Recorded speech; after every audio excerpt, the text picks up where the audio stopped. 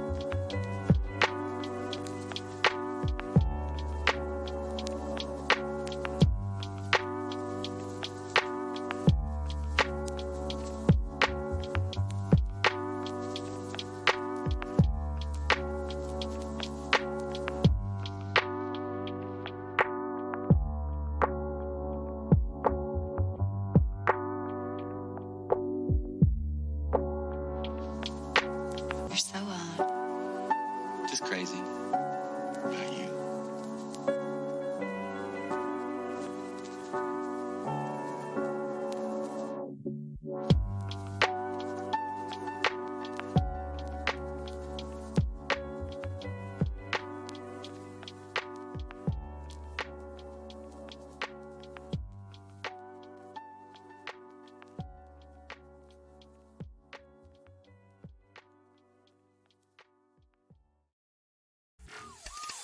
Welcome to ThugCrowd Radio. Please listen to this important disclaimer in its entirety. All participants of this ThugCrowd Radio episode are characters. None of the stories told during these episodes are based on facts, truth, or reality. All works of fiction displayed during this episode that resemble real-life situations are coincidental and are not meant to serve as guides or tutorials to commit any crimes in any country. Please consult an attorney for local laws and regulations. And as always, trust your inner criminal.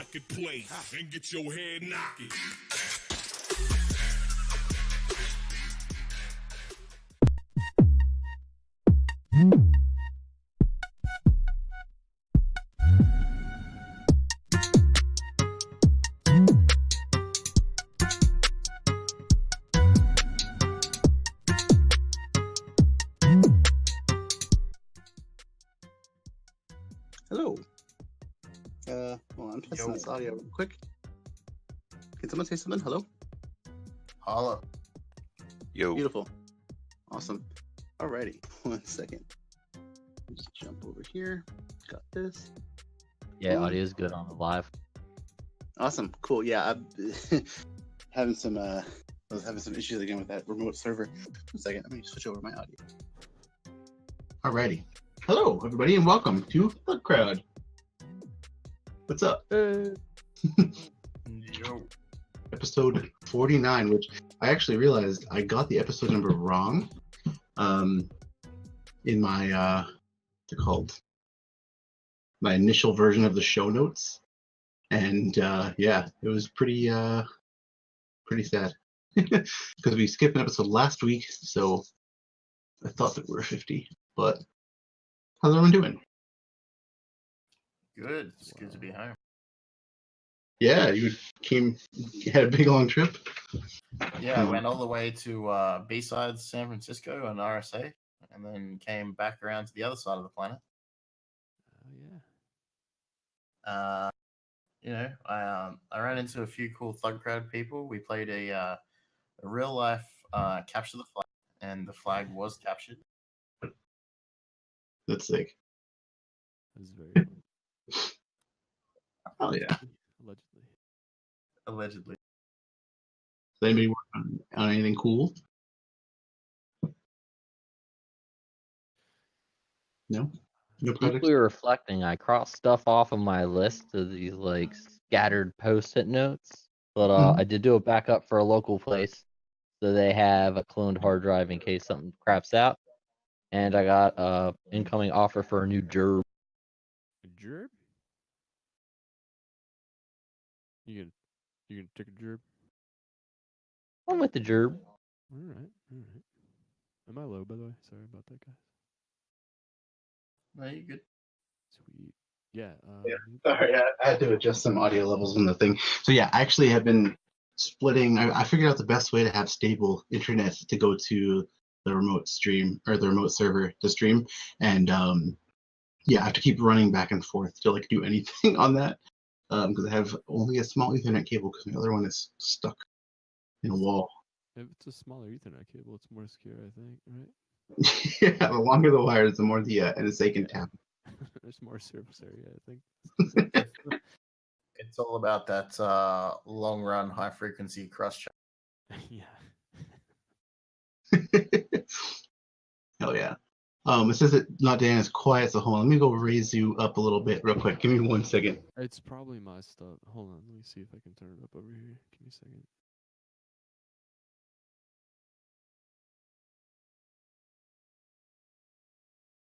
No, you're good. I just upped you on the server side, so we're all good. Okay.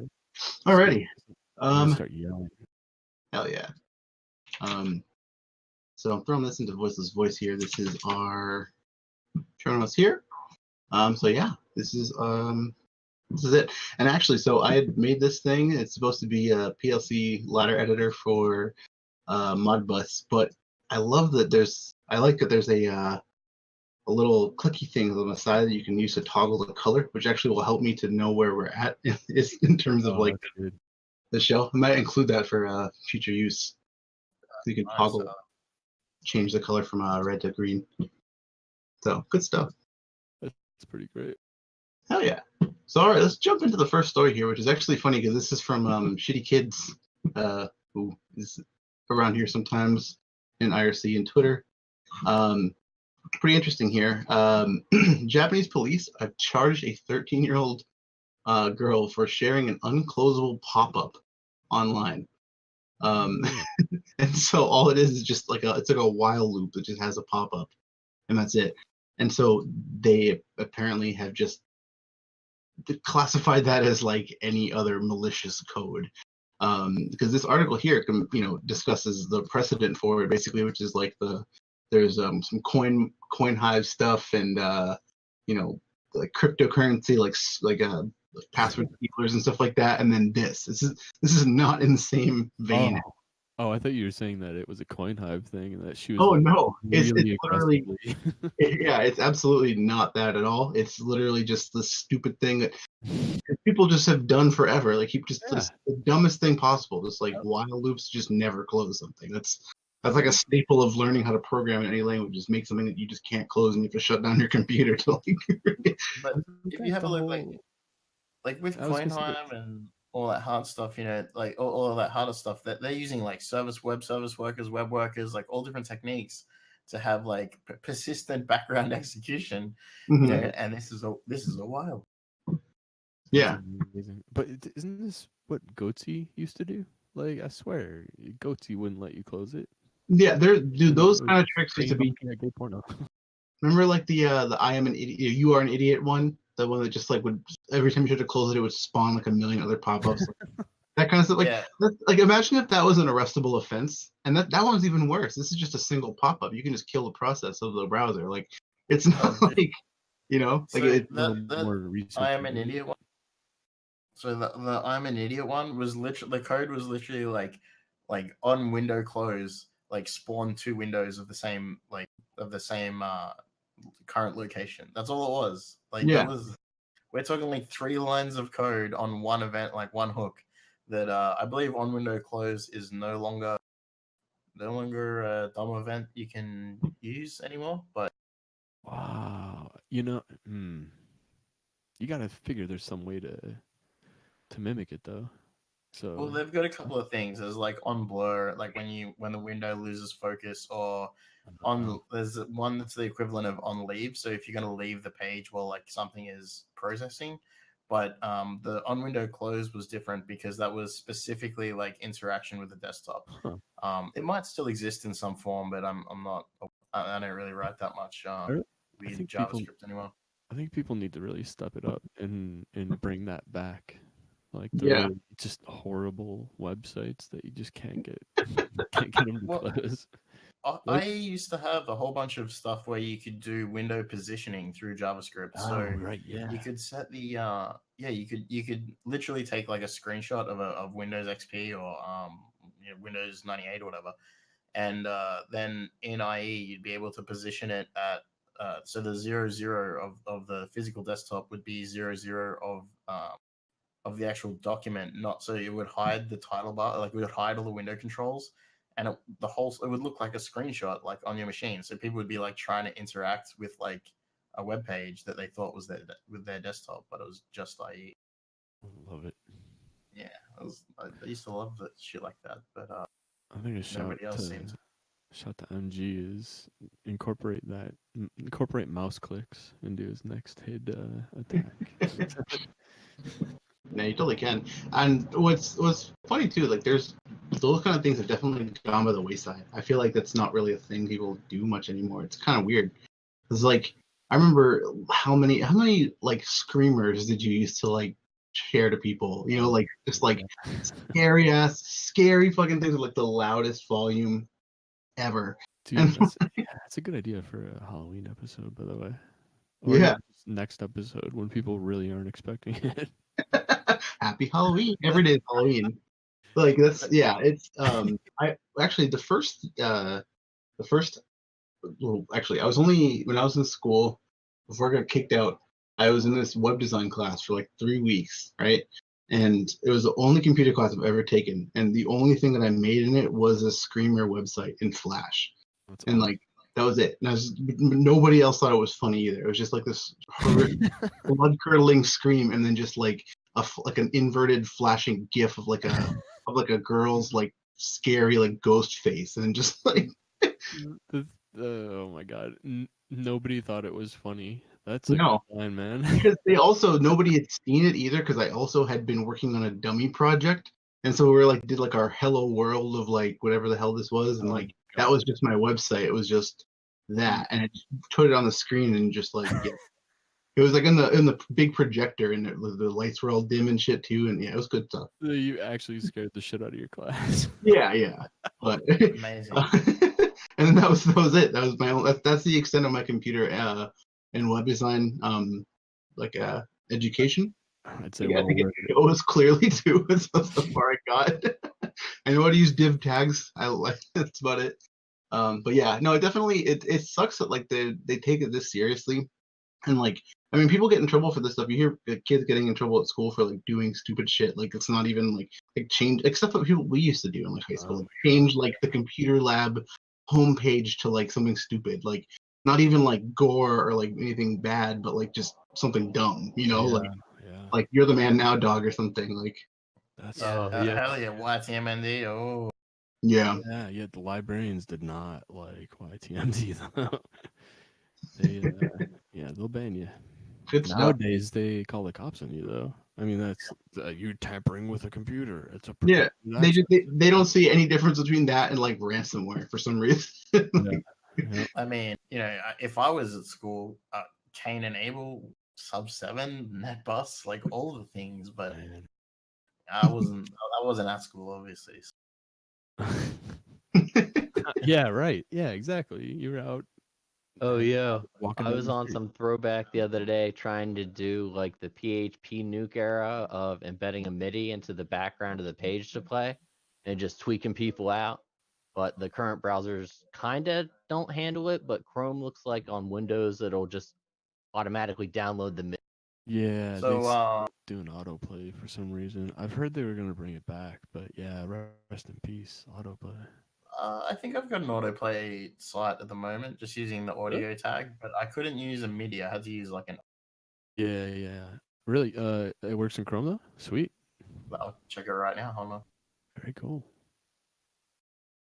Those are good for stores, by the way. Store kiosks. Any place that is appropriate to play sounds and stuff. You know what? It doesn't play anymore, but it used to just play the start of the X-Files theme. Yeah, rest in peace. I don't even know if YouTube autoplays anymore. If YouTube.com does, then that means there is a way to do it, but it's Probably really some convoluted. probably some crazy whitelist as we saw with Edge a couple of weeks ago. Yeah, likely. It's the Chromium feature. There's a Chromium feature site that has all these just totally freaking crazy features that they're thinking about implementing. But this was one of them that they went back and forth on and eventually approved.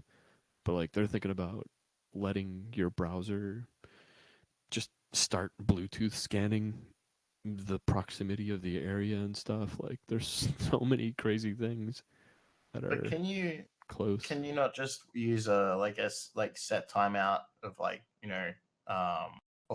like on page load or something to then trigger an audio tag to play? Surely you can do it with JavaScript. I would imagine JavaScript, yeah, but they've Uh, they made it hard for some reason, and I'm gonna guess it's YouTube competition actually. Though that Yeah. somebody mentioned in the chat, Lord Parody says about embed direct plays. Like you can have an autoplay on a YouTube link. You see that a lot in like the deface sites. They'll just have some horrible music, and and they're just like it's like auto playing, and it's just like a 1 pixel by 1 pixel iframe from YouTube. I remember that. That still I'd, works I'd, though? Yeah, I'd Oh, like to okay. thank my teacher, Mrs. Rothy, at the bottom of the Indian defacements. They're always my favorite, where they thank their like high Yeah. school teacher. yeah. And Wait, also, don't forget to add me on Facebook. did you really shout It's out like your teacher on defacements, dude? like So Indonesian. somebody, I've seen a bunch of defacements where they shout out their IT teacher, and I'm like, Yeah, me and my buddy used to do that. Teach me how to do this. Oh, Miss Oprah, we'd be like, yo, that pro though. Shit, Oh little yeah. pro. But yeah, let's get on to the next story here, which is Citrix. So Citrix had discussed a breach of their internal network, and what was interesting about this is that they found out from the FBI, and great. and like so basically they had described the attack as somebody just basically some giant word list, just password spraying and getting a foothold into Citrix, and then exfiltrating 6 terabytes of data for accessing. I don't know. There's not really a distinction between whether they accessed 6 terabytes or they downloaded 6 terabytes, but still, that's Yeah. quite a lot of traffic for an internal company to not notice. Yeah.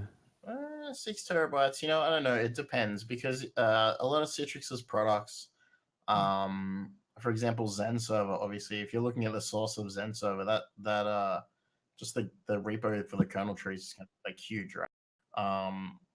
There's probably a lot of projects like that they just have massive chunks of data where it's just a dev like git cloning something. Mm-hmm. So I mean, I don't think 6 terabytes. It depends. I mean, what kind of traffic it was as well. Like, it was really obvious or not. Like, if it's all like SMB traffic and they're just like taking like a whole share, Yeah, exactly. like directly to the directly to the gateway, like to the WAN. That's a bit weird. But Yeah, yeah, who knows? I Like, wouldn't doubt it that like there's so people market DLP, right? Data loss prevention crap. Mhm. But Mhm. I doubt even if they had that installed, it would have seen it. And if it did, it was probably an alert that somebody went, "Oh man, this thing again," and they deleted it. Yeah, I'm gonna get a little bit more information about this, though. I didn't see this. I actually like that they didn't make the distinction between accessed and stole because it doesn't matter if they, Yeah, that's true. if they saw it, they saw it, and then it's up to I their mean, eyeballs whether or not they kept it. yeah, they could have copy and pasted, relevant files or whatever, or they didn't Exfil or it like through a Citrix channel.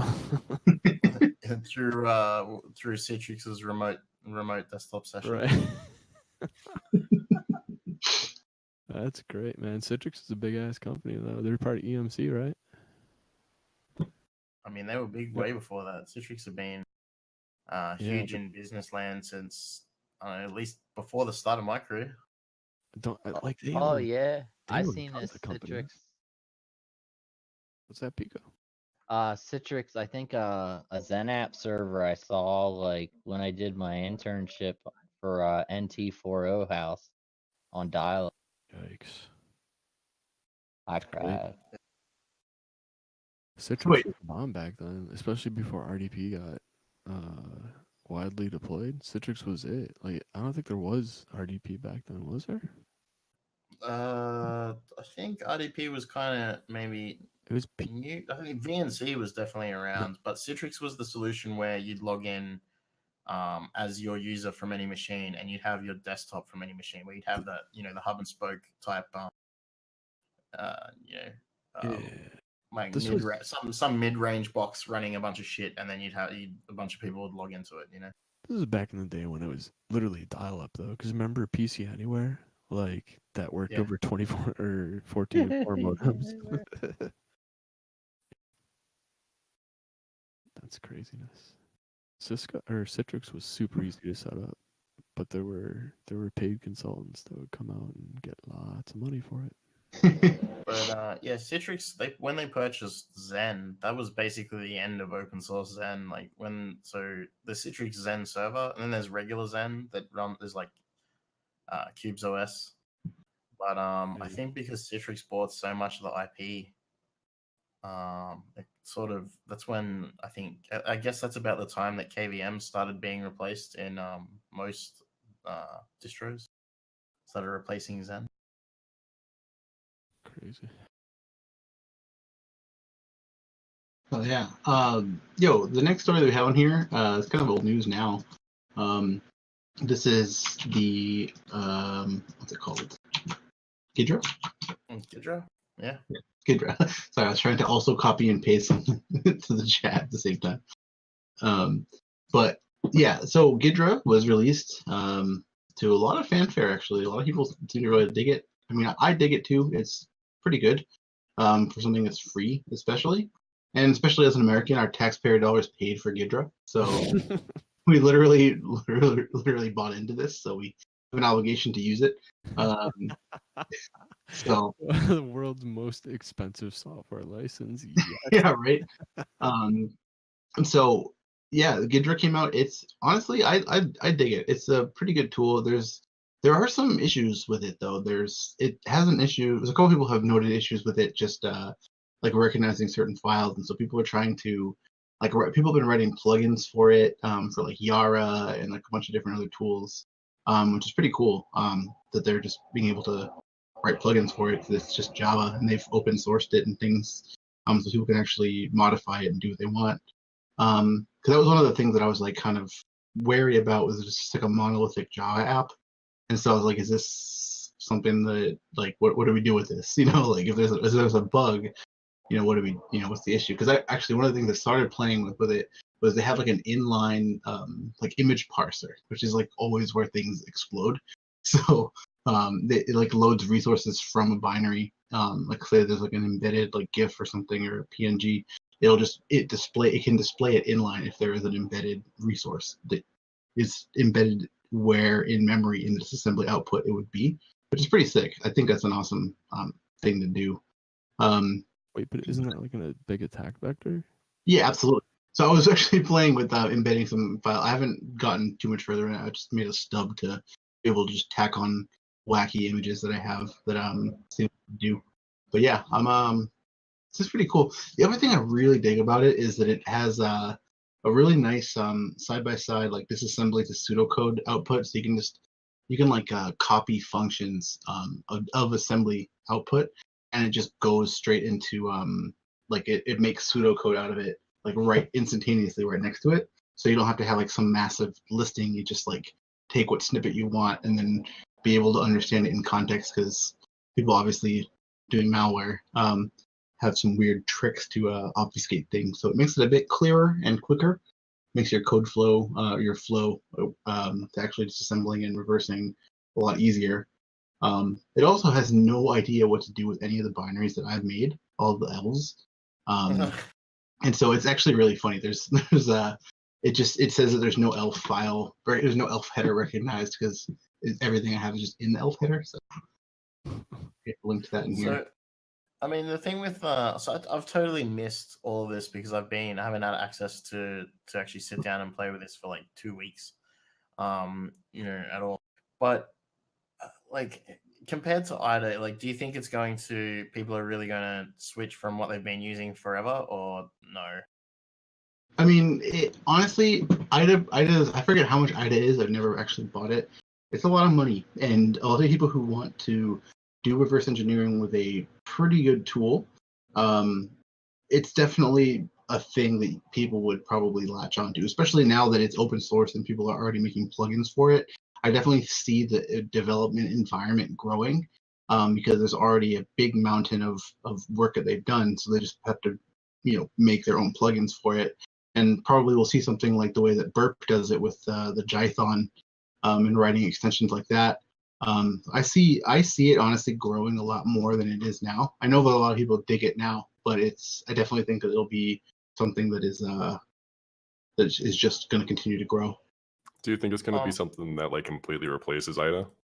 I don't think so, because I think that like IDA has such a community around it as well, and they're like the top tier of like disassemblers, as well as Vidari too. But they're as far as like enterprise sort of things, I feel like people are just going to rely on it. And yeah, I mean, I don't know if it'll get any. I mean, it could surpass IDA, but at the same time, IDA has been under development for a long time by a very dedicated group of people. So it's just the paywall is so dang intense, I think if like it gets a good enough following, it could definitely gain some real traction here. So there was some controversy though with it's a remote debug function or something. Like I said, I haven't got to play. That was remote code execution by design, I think. I mean, we're just assuming at this stage that that's a feature. It's not a bug. It's not a bug door or anything like that, right? That's just the thing that the NSA were like, I don't know, this is useful. Yeah, absolutely. Yeah, can only be exposed in debug mode. I think though that the thing that like the use case for NSA with that specifically, when I saw Hacks4Pancakes had actually opened up a Git issue, that was the way that I saw it originally.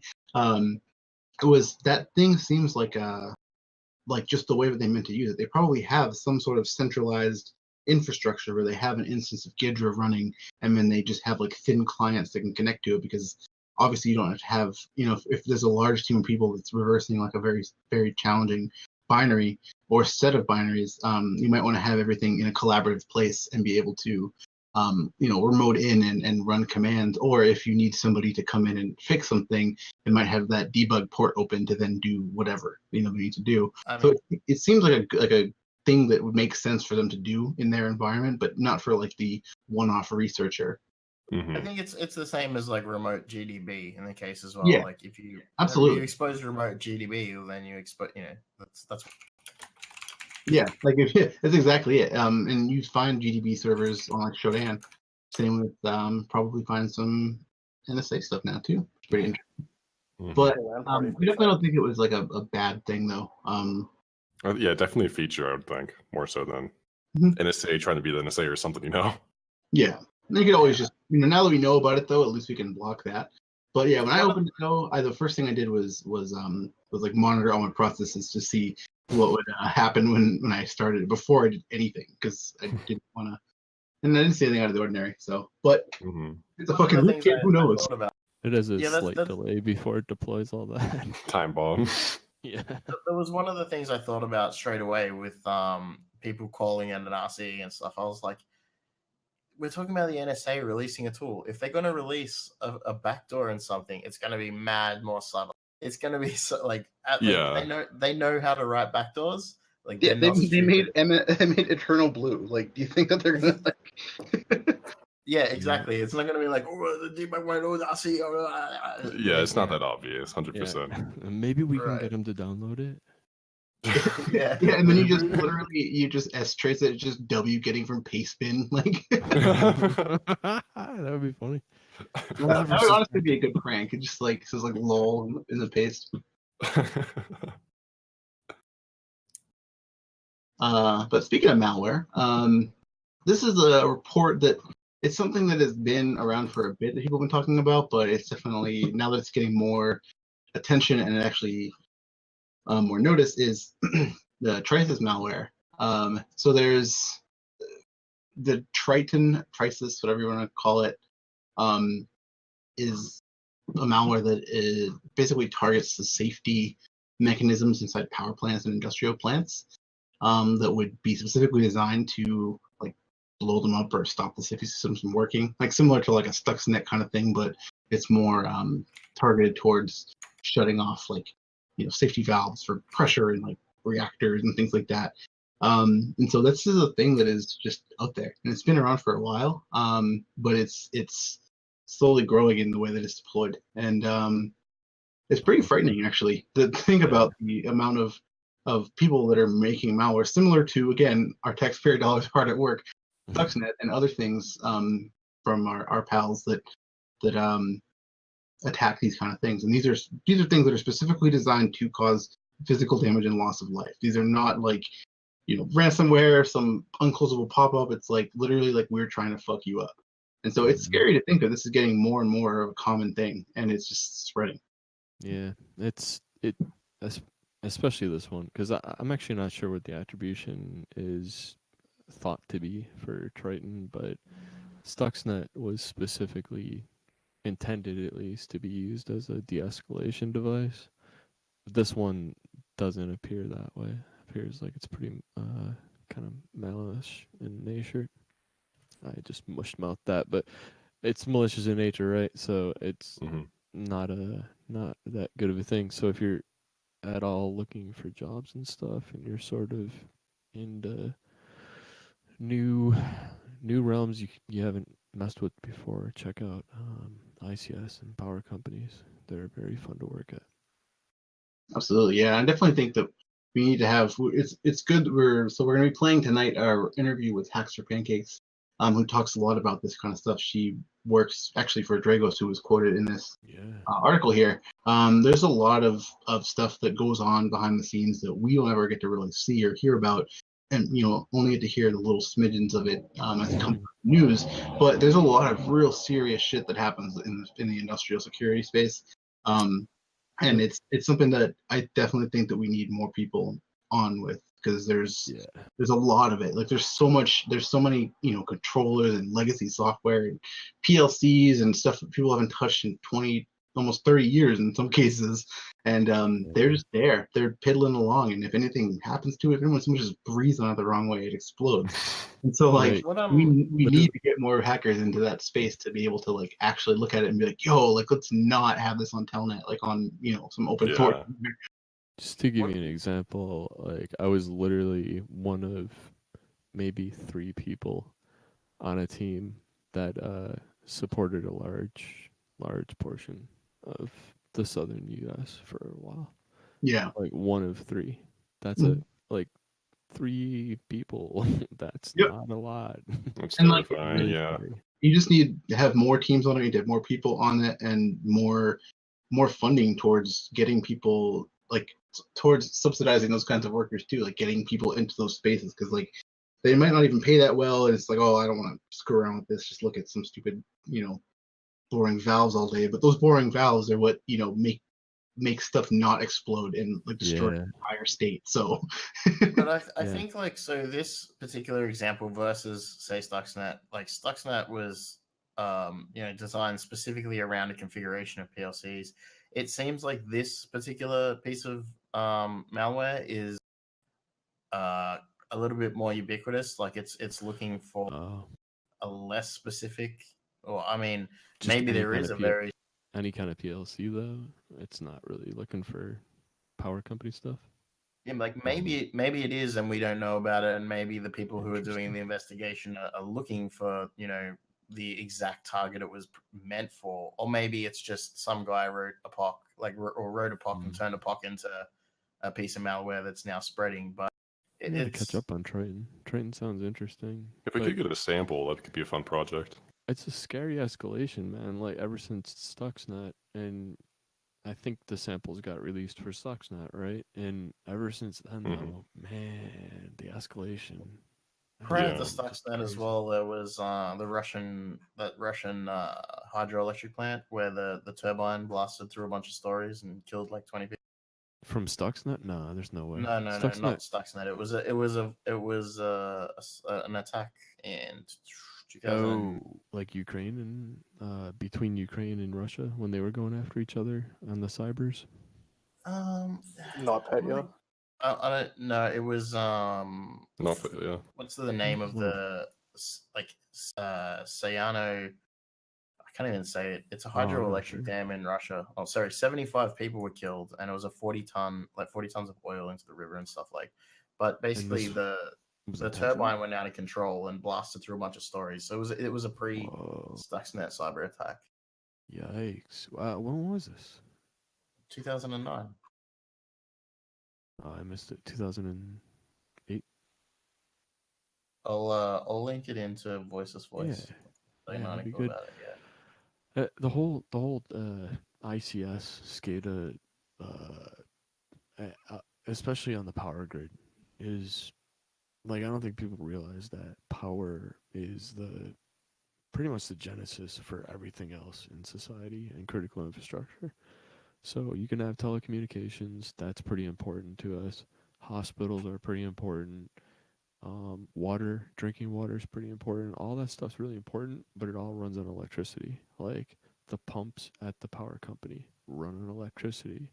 The hospitals run on electricity. Like everything eventually comes back to one or two main critical pieces of infrastructure, and power is one of them. And the fragility of it is it will freak you out, like if you really start digging into it and realize, holy Jesus, this is, how does this stay together this long actually?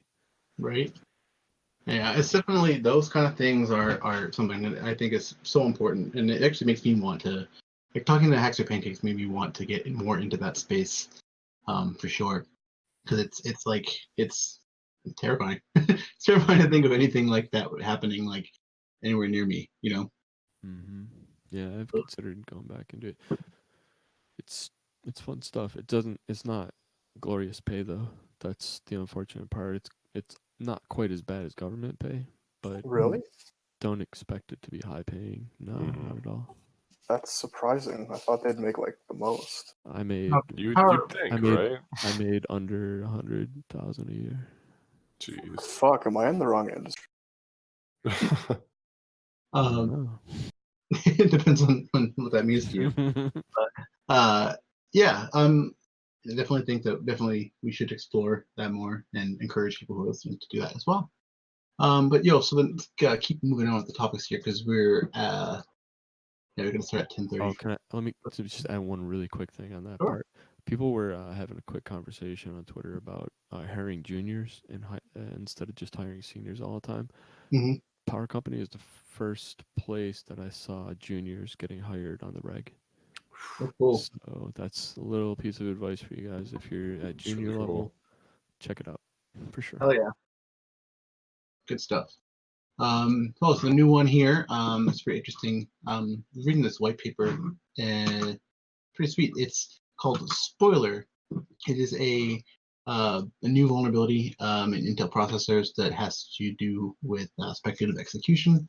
And not only is it speculative execution, but it's more of speculative reading of memory. And so the whole architecture of this exploit has to do with being able to predict which branch is going to access what memory.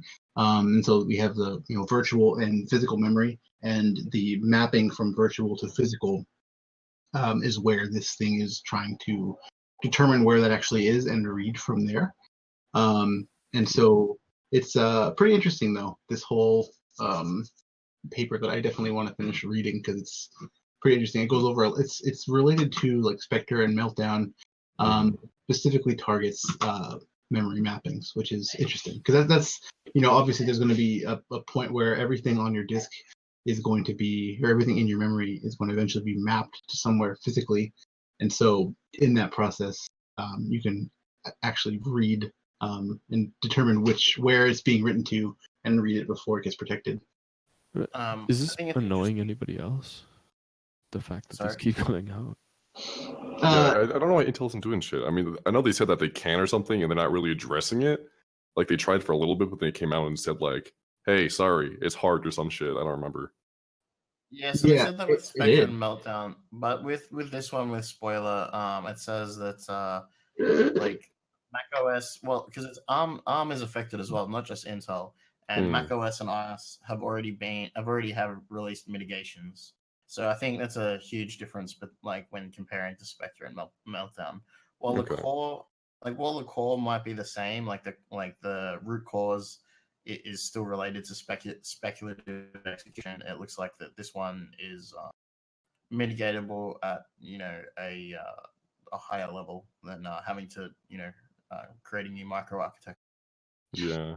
The problem with a lot of this stuff is, I mean, if anybody's ever looked at the entirety of the x86, the Intel programmer manual, which is like 5,000 pages long, it goes into a lot of detail in the first section, like section A, of the different like architecture improvements that they added, and it's insane to think that since the mid 70s they've been developing this architecture, and they've just been putting code on similar to the way that Microsoft does it, where they have to have backwards compatibility, and they also try to plan for the future. And so there's just so much involved in it. I can't even imagine what it looks like, what their design files look like for a new processor. But as they try to speed up the development of it, it definitely, like, it's just legacy code in a lot of cases, and it's hard to implement something new without breaking something else. Yeah, buddy, let me get them Gerbers. Yeah, I really want to know how big and crazy those are. Those are absolutely out of control. Dude, I think I've resigned myself to that. I'm never gonna fully understand that stuff. I really don't think I will. I don't think many people actually fully understand. I think that a lot of the times for the actual micro-architectural stuff, it's a lot of the times teams of people that are developing specific parts of it, and they have to, make sure that it all goes together. Because it's not just like one person, like Joey Intel or whoever, is just sitting there making x86 processors from scratch in like Verilog. It's like very specific like stuff that has to be brought together. And those teams obviously are going to, develop new pipelines. I mean, pipelines and speculative execution have been out for a long time, and they just get more and more efficient, in quotes. By I mean faster, not necessarily efficient. But as they try to race against other manufacturers and processor architectures, they're trying to roll out similar stuff to other people are planning and doing, and it just becomes a huge shit show of like, it's the same thing as when people release like an app without taking out the developer keys on accident, or like a debug mode. Like, it's similar stuff, but it's on a hardware thing that's very difficult to change. I think it's kind of like one of those things where like the super autistic kid who builds like a 32-bit ALU in Minecraft using redstone for like hours and hours on end, and then like one day he starts working for Intel, you know what I mean? Like, doing it their whole life in order to like that very specific thing, working on, like, rather than, as opposed to somebody who's they've learned all this stuff and then they're like, oh, now I'm going to switch to like the lowest level of CPU design. Yeah. And every single time you look at it, it gets lower and lower and lower and lower. And like, nobody is sitting there putting together like the transistors. Like, all that stuff is already like made and abstracted away in a way that they can just use it. Like, it's not like you're not making like logical gates like on like silicon. Like, no one's doing that anymore. There's too many. Like, there's way too many gates, way too many things, and there are very specific types of gates that have been manufactured to do specific things. It's crazy. It's honestly a huge space, and it's I think it's cool that people are exploring it, but then it just gets scarier when you see like the skeletons that are actually the closet. Yeah, I think the guys who are making the Lego blocks, like, they're only making the Lego blocks. What's the new electrical component, or the newest electrical component was like, I think the thermistor, and it was like a resistor that has a variable resistance but remembers its resistance. And and I mean, so like the guy who's designing that is not designing the RAM chip that it's eventually going to go into, so that your machine remembers its state of what your operating system was when you shut down, blah blah blah blah. He's just like making the smallest thing, and then that's getting used by other people, so on and so forth, Yeah, a lot of stuff like that. It's just it's the same thing as supply chain. It's just that, you don't really control what people are doing with it in beforehand, and then if something has to change in the downstream, it just becomes like a left pad of the processor world. The left pad of the processor. Well, Yes. Yeah, I definitely would read the white paper. I'm gonna definitely read it too. I finished reading it because I got past all the background and everything. I was like, shit, I just finished reading this. But the next one we have on the list here, surprise, surprise, vulnerable Docker hosts are actively being abused in crypto checking campaigns by people exploiting the wrong flaw from last month. So if anybody missed it, the runc flaw in Docker allows people to, through a malicious package, through malicious Docker images, be able to load pretty much whatever the hell they want to, and overwrite your runc binary, backdoor it, do whatever, and just do whatever they want as root on your host machine. And so people are using those to just mine cryptocurrency, obviously. Is that one on Bleeping Computer? I think the show note might be out of date, but that's crazy. So, are we talking big, big places that are still vulnerable to it? I mean, yeah. So there's a lot of stuff is on AWS. It's showing here. There's almost 4,000 that have this port open. Wow. And then there's a couple more that have another ports open. I mean, basically, people are using or exploiting these Docker daemons like remotely, and I mean, who knows where these AWS servers are? Like, who knows like what their actual function is? The other thing with the AWS servers is these are not the EC2 container servers.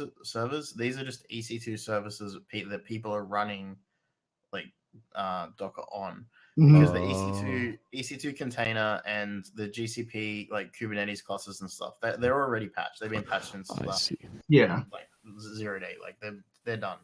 Okay. But these are companies who for some reason are running their own infrastructure on top of other people's infrastructure.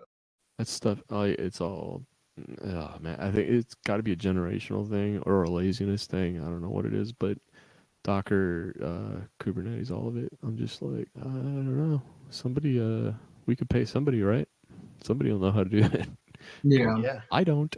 I played with Docker before a little bit, at least, and so I kind of understand that that's almost just rooting your environments, right? Or putting with C groups, there's a bunch of stuff like that. Implementation goes down.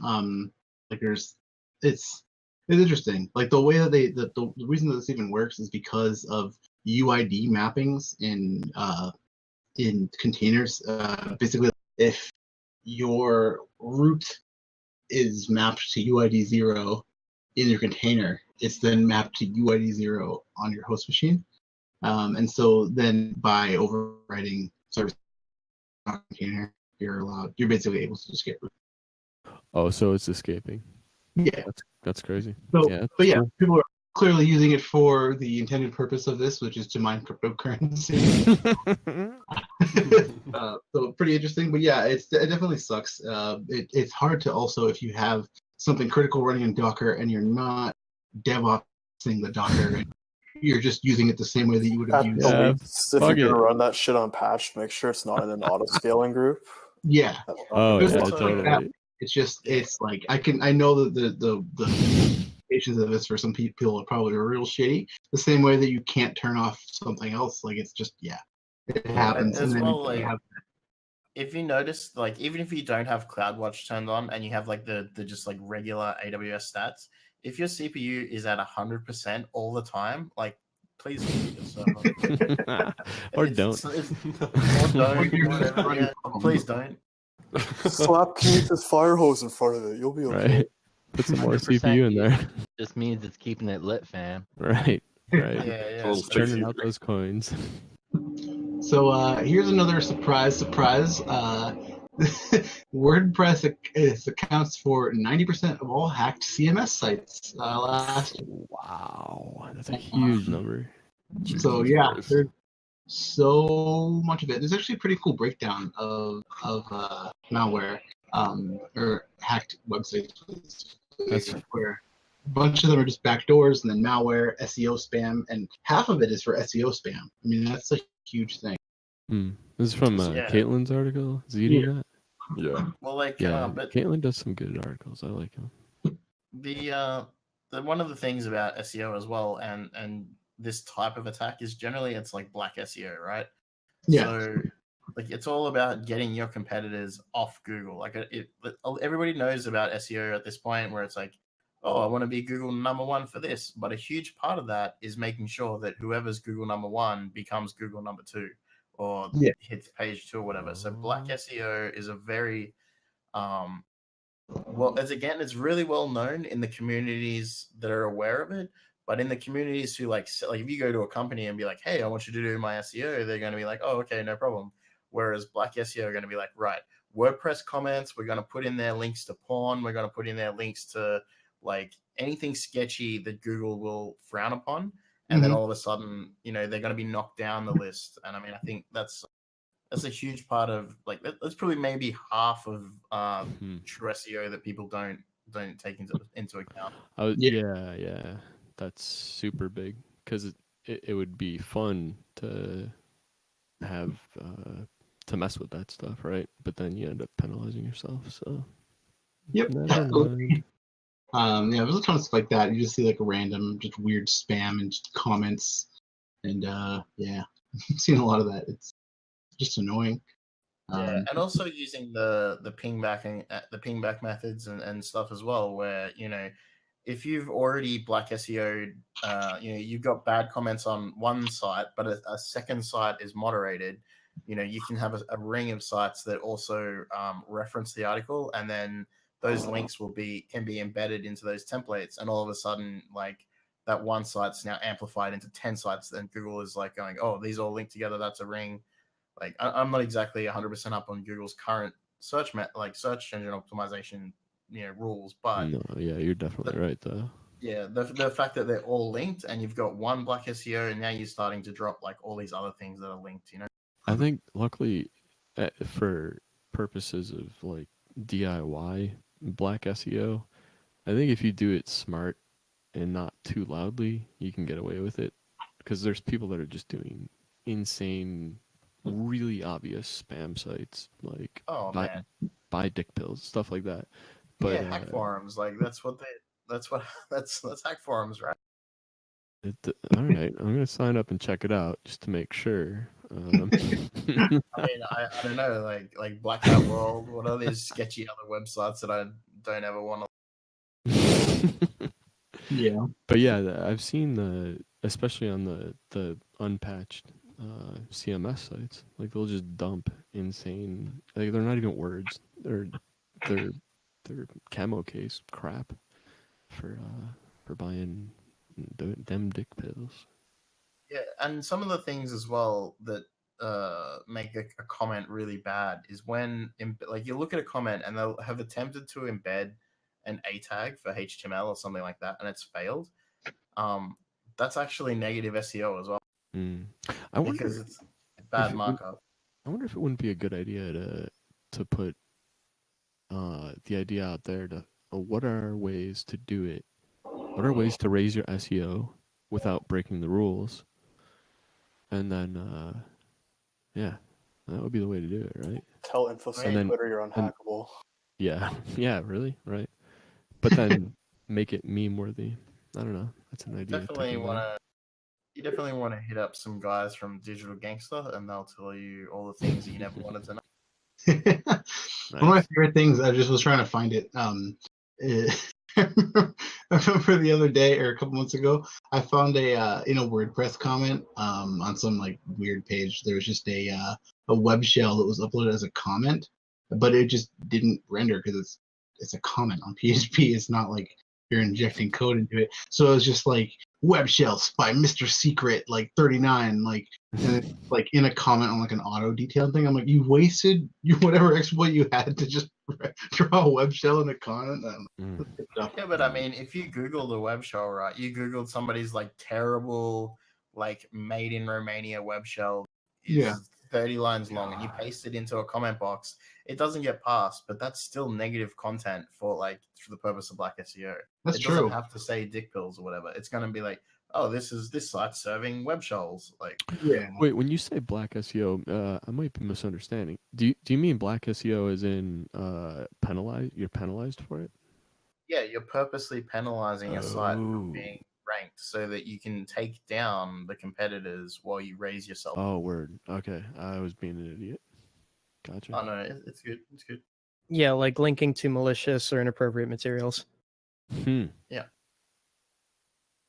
It's crazy. Yeah, there's a bunch of different ways to do it. People play dirty, and it sucks. Yep. But so the next story that we have on here, because we have a few more minutes.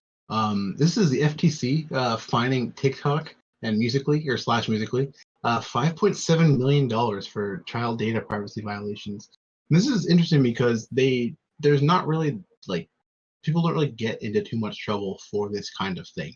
What they specifically wanted them to do was the purpose of the whole charge was because they had people as young as 13 on the app not being basically sandboxed into a more like to only have people their age basically be shown, because TikTok is used by a ton of people, and it's like there's like weird shit that happens on it. Obviously we have a TikTok, by the way, you can search ThugCrowd, but so there's like weird shit, like people obviously like child predators, and then just people who just post like weird sexual or violent content that is just in line in the app, and it's just like a video, like it's a video that might use like some audio of a song they like, so then they just get exposed to it that way. And so what? Hit or miss, I guess. Yeah, exactly. Then you hear that song, it's catchy, you're like, oh, who else is using this? And it's just some like weird shirtless old guy, like in like some like you're just like, of course it is. I don't know, like why this shouldn't be something that like a 13-year-old kid should have access to. And so the thing is though is that there have been tons and tons of other websites that have had similar issues. I mean, like look at YouTube, like Facebook, like so many different websites where you're 13, but yeah, you go on it and there's just random weird shit that you probably shouldn't be seeing. And it's like it's Right. It's a part of, I don't know, it's a part of the internet, realistically. I mean, Exactly. Yeah. but This is literally an episode of Silicon Valley. This is the episode where they have the what's it called, Pied Piper. Yeah. Oh, they have a chat room God, and they don't right. filter out the under 13 crowd, so they had a COPA violation, which is actually what this is. Oh, it is. Yeah. Life imitates art I see. sometimes. This is actually the largest monetary settlement in a COPA case, according to the article. It says aimed at young users under the age of 13. I'm almost positive you can't download this app on the app stores without being 13, though. Can you? I mean, is it actually aimed at kids? How old do you have to be on the App Store? I'm pretty sure 13, I it's think. 13 plus. Yes, I for mean they're probably everything, right? assuming. I mean, like I think there's a rating system, and then there's a certain age to set up your own account with Apple. Oh, and there's a parental control as well. Right, true. But And then like you can delegate some access somehow, I think. so, but these people don't have that. Every site I sign up to these days, it has a thing where it checks if you're 13 or older. Yeah, I mean, They don't there's have tons of ways that people try to do this, but then it all comes down to like if you're using your parents' iPad to use it because they use TikTok, or like they whatever. Like there's so many different scenarios where younger people get on it, but it's getting harder and harder to police those things. Like, I mean, like there used to be a time where you had to like enter your birthday or whatever, like. And then people would be honest for some reason about that, and then just like be sandboxed to whatever. Oh my God. But like Do you remember? now, like there's literally like infants that use like iPads. Like you see like YouTube comments that are just gibberish because it's just babies, just like Oh my God. Yeah, and that's buried in the TOC. Oh my Yeah, God. There's it's like so there's crazy. videos of kids that will like take their parents' phone and like hold it up to their thumb and then like on it at night. Yeah, Like, there's, Do whatever there's, the fuck there's you so much want. like that. You guys Wait, remember so- like when you'd sign up to a forum like PHPB or fucking Mhm. VBullet or whatever, and there'd be a tick box like I am 13 years or older. Like, dude, I was doing that when I was Yeah. 10. I was like, hell yeah, I'm 13. Who the hell doesn't click that? Did Yeah, they even like- have that, when you signed up for TikTok? That's what I was don't gonna ask. remember. I don't remember because I mean, I always put my birthday as April 20th, 1969 for the ThugCrowd account. So I don't know. So we're like almost 50 on there. So we didn't really get any. But the thing is, I also still see lots of young kids when I scroll through the feed, and I'm like, why? Like I don't like. I want to see the old biker people and the cops who are doing TikTok when it's supposed to be like catching criminals. not like some like little kid who doesn't know how to use a phone, like this blurry thing, just like in like their lunchroom, like. But it's weird because then that's on there, and that's something that is possible for other weirdos, and people have gotten in trouble for that too. And so it's just like a huge fucking mismatch where you get people who just have unfiltered access to be able to shoot videos of themselves doing God knows what, and then older people who just love that and they want to just pray fucked up. Like, and so they're trying to make it so that the kids are going to be sandboxed into their own environment, basically, where if you're younger, then you'll stay younger. And like, there's actually a lot of popular TikTok songs that people like lip sync to that are about like, if you're under 18, like don't follow me kind of theme. And so like, I see that other people see it as a problem too. And I mean, I don't know. It's just like there definitely needs to be some sort of segregation because it's just weird. Like you'll see like interspersed between like a couple of kids like planking or doing some other stupid meme dance, and then in the middle of that it's just some like weird like cougar trying to just like lick her lips into like the camera, like some like shirtless like cop with like his badge on like a chain. And you're just like, this shouldn't be juxtaposed together. Yeah. The kids are gonna always flock somewhere though. So I don't know. I kind of I get what you're saying, and I know that. So to me, it boils down to the parents, right? The parents have a responsibility to protect their freaking kids, but I get that these days it's really hard to do. So you need other things to enforce it. Absolutely. But at what point should we continue finding businesses because kids clicked on the wrong thing that they lied? You know, I find it kind of I don't know. They must have done something fucked up. Like TikTok must have really screwed something else up. Because unless they just were. What can you do as a business to try and stop kids from wanting to use your service? Well, you don't want to, right? Like, yeah, right. Off the record, all these businesses would admit freely that yes, we want having users of any kind is better than having no users. Yep. Nah, dude, you just have to associate yourself with LinkedIn, and no kid will touch it. Oh, that's a really good point. Really good point. Sign in with your LinkedIn or your Pinterest account. Yeah, Pinterest is another one. But yeah, no, it's definitely an issue that a lot of companies are facing, and it's hard. I honestly don't know any good solutions besides, again, yeah, LinkedIn might be the only solution, but that's not going to be like the golden ticket for every single app developer. But yeah, I mean, there's tons of stuff like that. I mean, people obviously, if they want to get access to content, it's out there and they know how to get to it, and there's just obviously always going to be weird, creepy people who are going to upload like just bizarre shit onto whatever platform so little kids can see it, and it sucks. The fucked up thing is that there are literally, I guarantee you, a few kids listening to this show right now. Yeah, like they're all over Twitter. They're everywhere because they're kids. They exist, right? And they want to do fun stuff. Sounds like TikTok's sort of fun, so they're gonna flock there. Same with Snapchat. Same with Insta. Like all these places. There's it's unavoidable. I guess TikTok doing the whole segregation thing is interesting, but that's just inviting. Oh my god, it is totally inviting.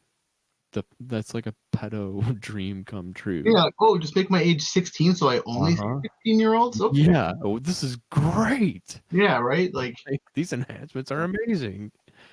Yeah. So it definitely, the internet being as accessible as it is definitely both a blessing and a curse. Yeah.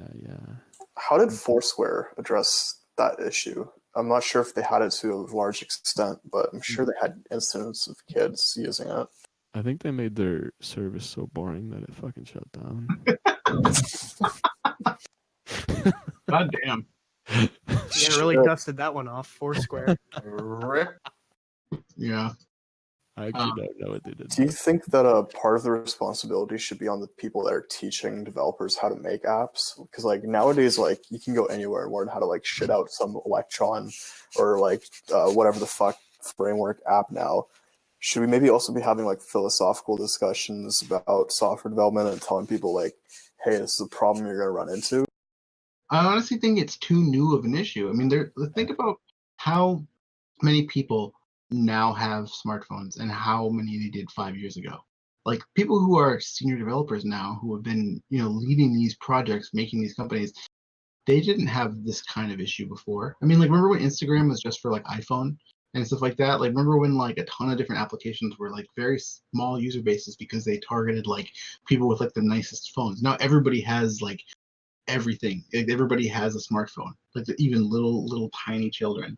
And so like the fact that it's become so ubiquitous in the past few years is just like it makes it harder and harder. And there's even stuff like how Facebook has a subsidized internet where they sometimes Facebook is the only is free while other internet is not, and like that opens up so many people to be able to use that. There's like partnerships to be able to allow people onto certain platforms for a subsidized rate in their data plans, and like there's so much shit like that that's going to continue to grow as companies try to make deals to get more users, to get more ad revenue.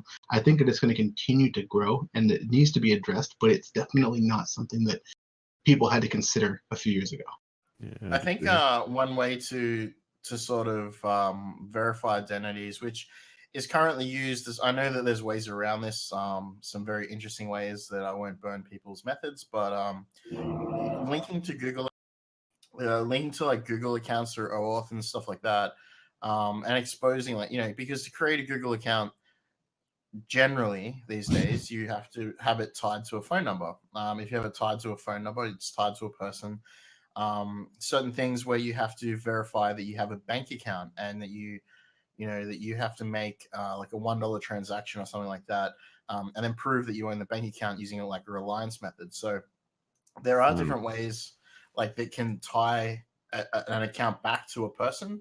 And then that doesn't stop somebody picking up someone's phone. It doesn't stop somebody making an account through a nefarious method that circumvents these things. But it's just it is one way that people can start, you know, utilizing things that already exist.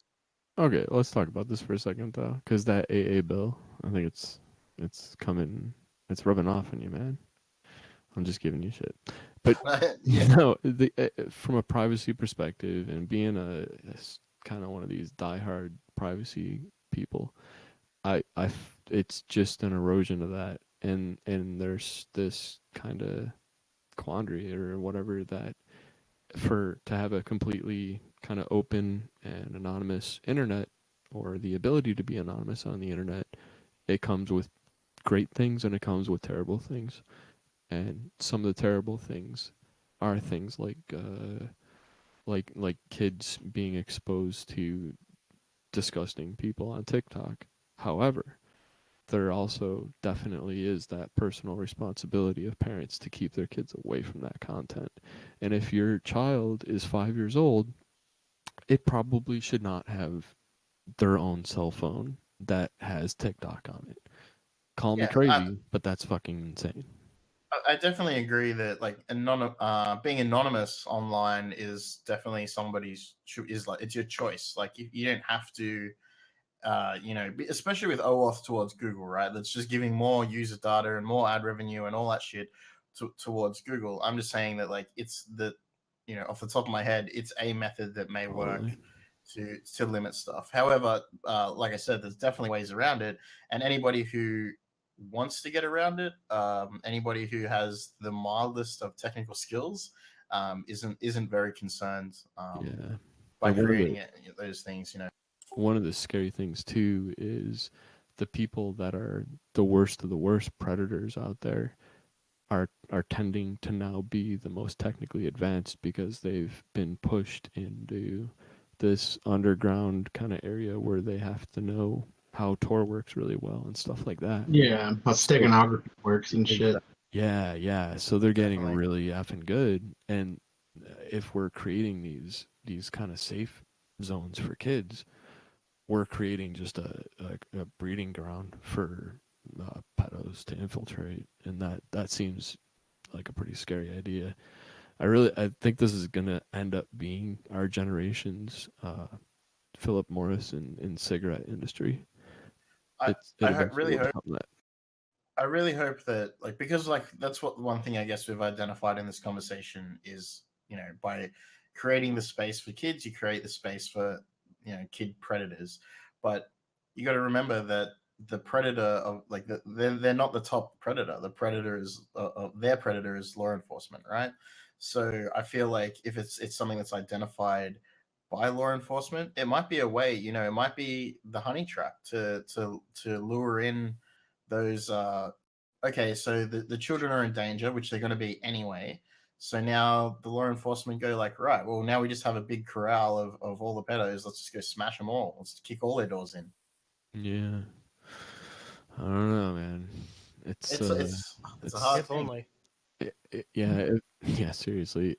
It's too bad that this is one of those areas of this crime stuff that irks me, and like it really bugs me. But it's something that we're always gonna have to deal with, and minimizing it and teaching your kids what's right and what's wrong. Like teaching your kids that, hey, if some old fucking freaky guy approaches you or does anything, report his account and tell me about it. Like, Like I remember one of the things I remember being on ICQ back in the day, and I was I actually had my age listed, but not my name or anything like that. I was smart enough at least not to do that. But your real age? Yeah, I had my real age on my Poor ICQ at thing. one point. Yeah, and I remember getting messages about like somebody said they had hard nipples or something, and I was like, and their age was set to like my age, like they were set to like the same age, and I was just like, oh, but you know. No, but I didn't know at the time. I was naive at the time. I didn't realize because like I was quite I was on the internet quite young, and I was just like we're talking maybe 90. This is probably 98 or something, and I was 97 maybe, and I was just like, I don't know why you're telling me about your nipples. Like I don't get it. And then I just like closed the DM, and that was the end of that. But that was definitely a predator.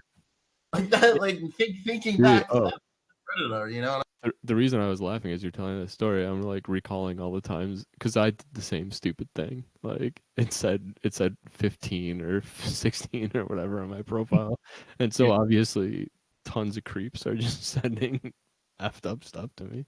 Yeah, absolutely.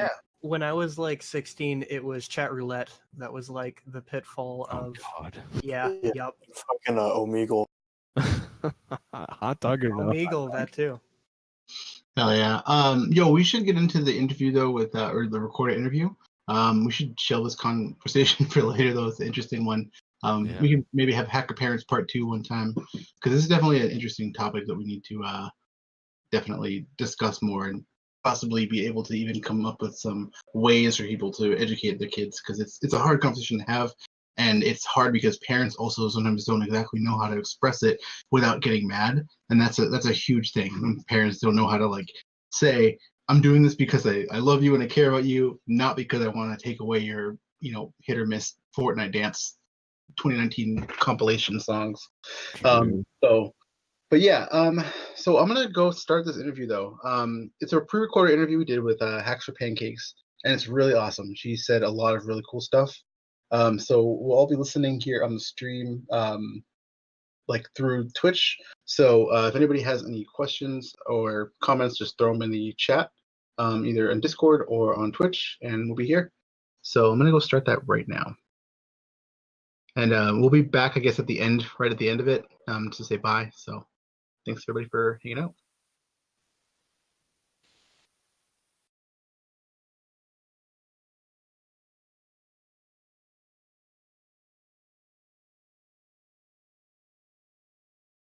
Hi, Hacks4Pancakes. Thanks for coming on ThugCrowd. Can we start out by having you tell us who you are and what your background is for our listeners? Hi, my name is Leslie. I'm otherwise known as Hacks4Pancakes. I work at a company called Dragos, and we do industrial control system security. Personally, I do primarily digital forensics and incident response, and I've been doing this for security for about 11 years and IT for about 20 years. And I tweet a lot. That's a lot of time to be in IT. Do you want to tell us how you got into this space? Oh man, I have the most like prototypical how I got into security story. So I hate it because like everybody's like, but I'm a bartender. How will I ever get into it? Like, and I have that story where I was the kid who learned to code at like 7, and I got hired as a programmer when I was like 15, and it was a different time then. And thought I was going to make it big. Then the dot-com bubble burst, and I had to enlist. Good times. And so I worked on backshop aircraft computers for a while, and yeah, I mean, I've done a lot of stuff in the tech space. I been all over the place, and I moved into networks. I enjoy networks a lot. I have a degree in network engineering, and I think circuits and wires are super fun. Never really liked programming, so I always wanted to do security, but it was a difficult route. I wanted to do forensics, and nobody even knew what it was. So, like, it was like there was like 3 forensics jobs in Chicago, and I was this kid, and nobody wanted to talk to me. So it took me a long time. That's awesome. So I don't know if you want to like open it up to the kind of conversations we were having before about DFIR and ICS and things like that. Does anybody have any questions they want to go into? Sure, I got one. If it hasn't been asked already, sorry I got late. It's been snowing, cats and dogs outside, so it took me a little while to actually get here. So I know you actually been doing a lot of work of actually getting people started into the InfoSec career, and you actually been doing a lot of things, which thank you again, because people like me actually need that. So would you actually like to actually talk about that and actually the work you've done with that? Sure. So the initiative was actually Miss Batts. She built a wonderful framework that you can use to run your own InfoSec career and resume review sessions at cons. But we go around to cons, and both of us individually do too, and we do interview and resume review clinic. And we get a bunch of volunteers who are hiring managers in the community, and we schedule sessions and sit down with people and, try to help them get jobs. And we've been doing that for a while now. We've had a lot of success. I love getting messages from people who are like, yeah, you helped me get a job like a year ago. Like, now it's like 5 years ago you helped me get a job, and now I'm hiring people. So that's super cool. I like that. But, sometimes you got to do the jobs that aren't so sexy and fun. It's really important for the InfoSec community. Like, not everything can be like, I love doing forensics. I love doing research into malware and stuff, but the work that needed to be done at the time was getting people into seats. So I did it. And we need more people to just do those less entertaining, those less technical things, Don't just leave it to the few people who are going to do it.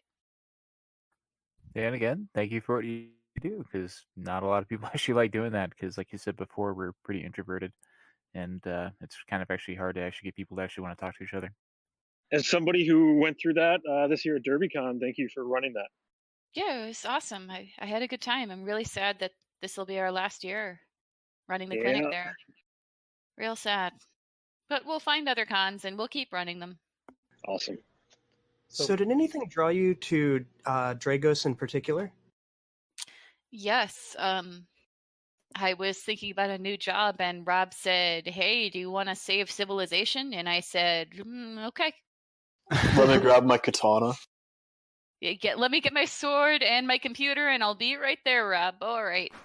No, it's important work. It's like serious note. Like there's nothing more important that you can be doing in security than protecting people and protecting people's safety, health, privacy, stuff like that. That's really important. Definitely, that's a great answer. Thank you. So, what makes an incident response particularly nasty for the responders? I've got some of my opinions, but I'd be interested to hear it from a more seasoned. So bad for me personally. I mean, I guess the saddest cases I see are the ones where we get called in really late after the fact, and computer evidence is volatile, even the stuff on disk. The stuff in memory and stuff is especially so. That's why we call it volatile evidence. But even on stuff on disk, logs, etc., it cycles over after a while. It gets overwritten, and if you're calling incident responders in a year or even like 6 months after an incident's happened, so much of that is gone. And sometimes the answer is we can't tell you what happened. It's all the logs are gone. There's no memory evidence. There's no disk evidence. Everything's been overwritten. You replace the computers. It's not magic. So when there's no log retention and the computers have been destroyed or overwritten, orgs can be kind of SOL, and it's a rough time as an incident responder. Like to tell people, I mean, I want to solve the mystery. I want to find out what happened and catch the bad guy, and that's not always possible with the long detection periods that a lot of orgs still have. So Yeah, definitely feel you on that. There's a few times I've seen shit that's a few months old. So what are like logging procedures like on these like large machines? Like how often do you see like actual comprehensive logs dating back any like good amount of time? It depends. It really depends on the organization, like where their security posture is. If they have an incident response program or a log retention program, like sometimes they do, sometimes they don't. Sometimes it's just like computers that some guy set up once, and then other times it's a very well organized matrix of log retention. So it's not even tied to the size of the organization. Some of the big organizations are way more disorganized than the small ones. Like it just really depends on somebody in the organization understanding it's important to do it. What are your favorite tools to recommend for the preparation phase of incident response? Drill, drill, drill, drill, drill, and drill some more.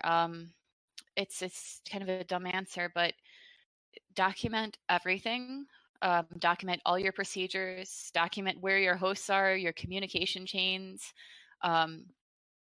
Definitely have good like CMDB or asset management in place, and know how to use it. And then drill. Just run through your procedures over and over again until you can do them at 2 a.m. when it's you by yourself in the middle of the night. Is there any particular incident that you can tell us about that is memorable? I'm trying to think of what I'm not NDA'd from talking about. That is the rough part of being an incident responder, is like you can talk about so few of the incidents you work on. Very vaguely, I missed 6 of the last 10 Thanksgivings. I can say that like adversaries know when to attack, and they know when U.S. holidays are, and they know when there will be less security people around, and it's just like clockwork, man. Like you know when they'll go on vacation, and they know when you go on vacation, and nobody ever goes on vacation. It's just a perpetual battle that nobody even knows about. Like the incident responders are working the holidays, and the adversaries know that the incident responders are going to try to boot them out of the network during their holidays, and it's never ending. I think that's like a good point too. Is that there are no vacations, and that very oftentimes like there are a lot of patterns, and like when you see things like that, are there any other like significant patterns like attack that you see in attackers?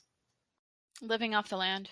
I mean, everybody knows that at this point, I think, but man, it's past the days where you could expect like a nice malware hash to really help you out, other than maybe like Mimikatz in memory if you got ADR. Like it's everything's get a VPN credential, RDP in, get domain admin. You might see like a dump of LSAS. That's about it. Like, if you're not catching that kind of stuff, like dumping LSAS or, running Mimikatz or something, like you're done. Because it's just, at this point, it's just people using credential stuffing or, looking for like credentials in a dump from your company from before and accessing VPN or phishing somebody. So you need to have that 2-factor on. You need to add both your VPN and your email. You need to be looking at phishing emails, and then you need to be looking at remote access really carefully, because adversaries aren't messing around with exploiting your firewall anymore. They're just getting your admin's credentials and moving into the network and dumping more credentials as they go. Like there's hardly any tools and hardly any malware in use. Absolutely. I think you brought up a really good point about knowing your adversary, and I suppose this applies to both sides. So I guess you could say that you see patterns in different adversaries and that you've done incident response on? Sure. And would you sometimes correlate, be like, oh, this is the exact same thing I've seen in this other attack. It's probably the same. We're leaning towards the attribution elephant in the room. Nobody wants to talk about attribution, but like I mean, as a Um, personal guess, as like a gut feeling, maybes, not gut not feeling, like sure. exact. Yeah, Uh, yeah. Being a forensic person or an incident responder relies heavily on having great gut feelings, but also being able to make a hypothesis based on those and prove or disprove it logically. So it's two steps. You've got to be good at, I have a gut feeling about this adversary, and then also, okay, now I'm going to make a hypothesis about that and do a logical structured investigation to try to disprove my hypothesis, like the scientific method. So like you got to be able to do both. You got to have the feelings and the science. You got to have both.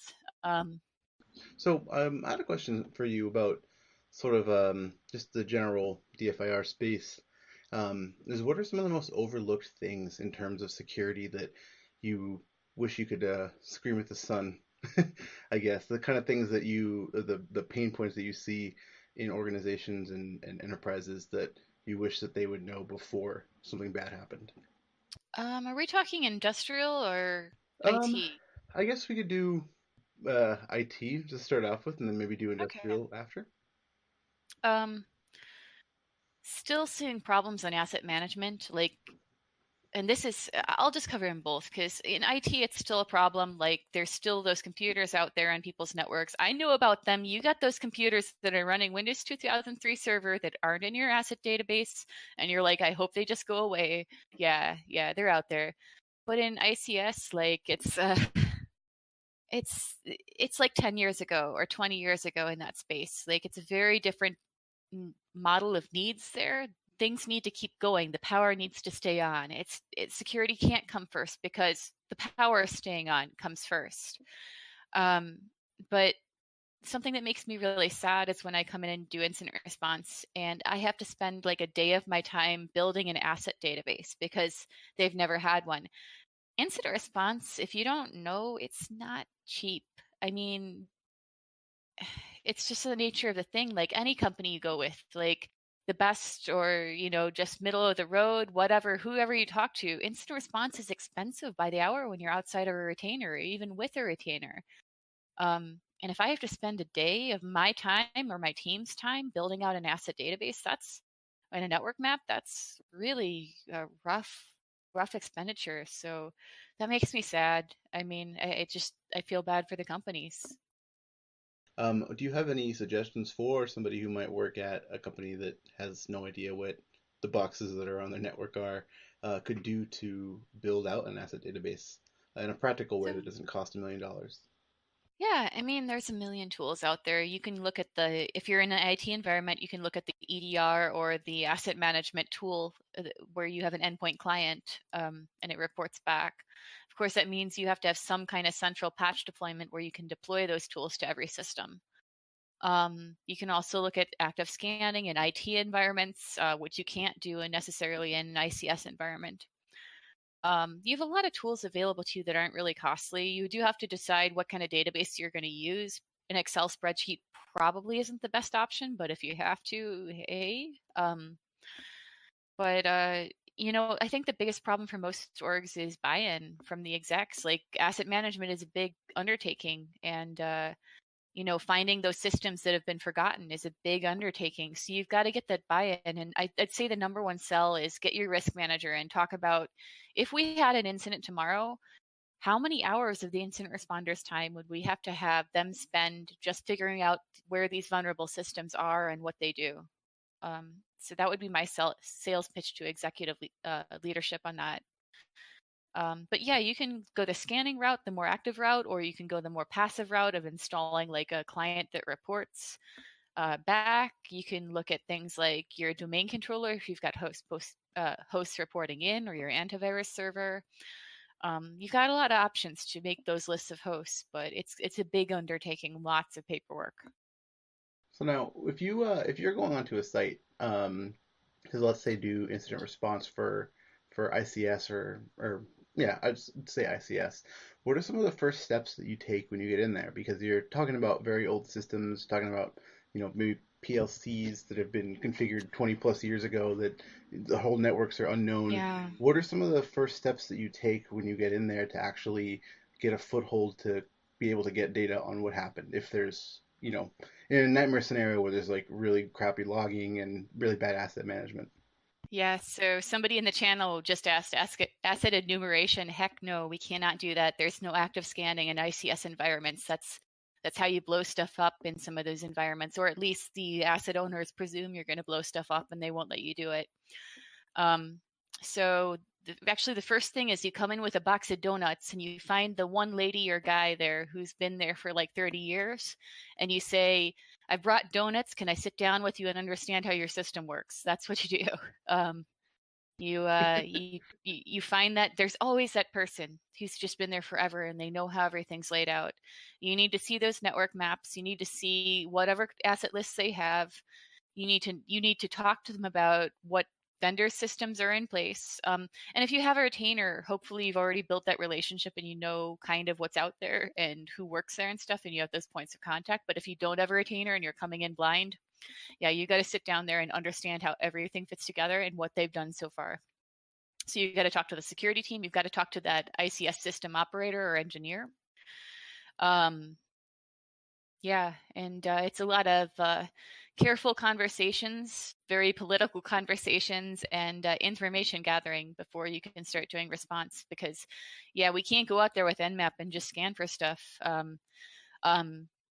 It's really debatable in 2019 how many things are actually going to get blown up by that. But if you talk to asset owners anywhere, they do not want active scanning because there is this stigma and based on very real incidents that these systems are so fragile at lower levels that they will just get a packet they don't understand and fail. So what are I guess if you want to, you don't have to answer this either, but what are some of the most like catastrophic failures that you can see from something like this happening? Have you ever seen that in real life? Yes, I've seen in both lab environments and real environments, yes, things can fail, especially during pen tests. Like, we encourage something called digital twins a lot in the ICS space. And what that means is you have a second system sitting out there, and it's like where you test your patches and you test like system changes, and you scan that instead of scanning your live environment. Yeah, oh, that makes perfect sense. It's just that, I mean, having seen different, tiers of industrial and IoT Yeah. services, it just there's sometimes like I've never seen it personally, but to see something just explode Yes, from we've had getting people a on ping. site when we haven't been the ones running the pen test, but other people have run pen tests and the operators have had systems fail due to the pen test. And hopefully you're working in like a digital twin environment at that point and you don't have to worry about it actually bringing down a live system. Absolutely. But yes, there are systems out there who get an ACK and when they expected a SYN and they just like don't know how to handle that. Like it's just like I don't know how to handle this packet that I just received. I better just stop and throw up my hands. So Sounds reasonable. yeah. So when it comes to like attribution for something like this, how do you go about sort of tracing and figuring out who did something? Because you discussed attack patterns before in terms of, different attack styles and holidays and, different things like that. I guess, do you have any sort of go-to methodology that you use for determining like what happened and who did it? So attribution, like a super political, tough question. Dragos, we use something called the diamond model for attribution. And we build like general adversary groups out of that. It's more based on like how they operate, when they operate, what tools they use, stuff like that. But we don't try to, we as a company never pinpoint things to a country.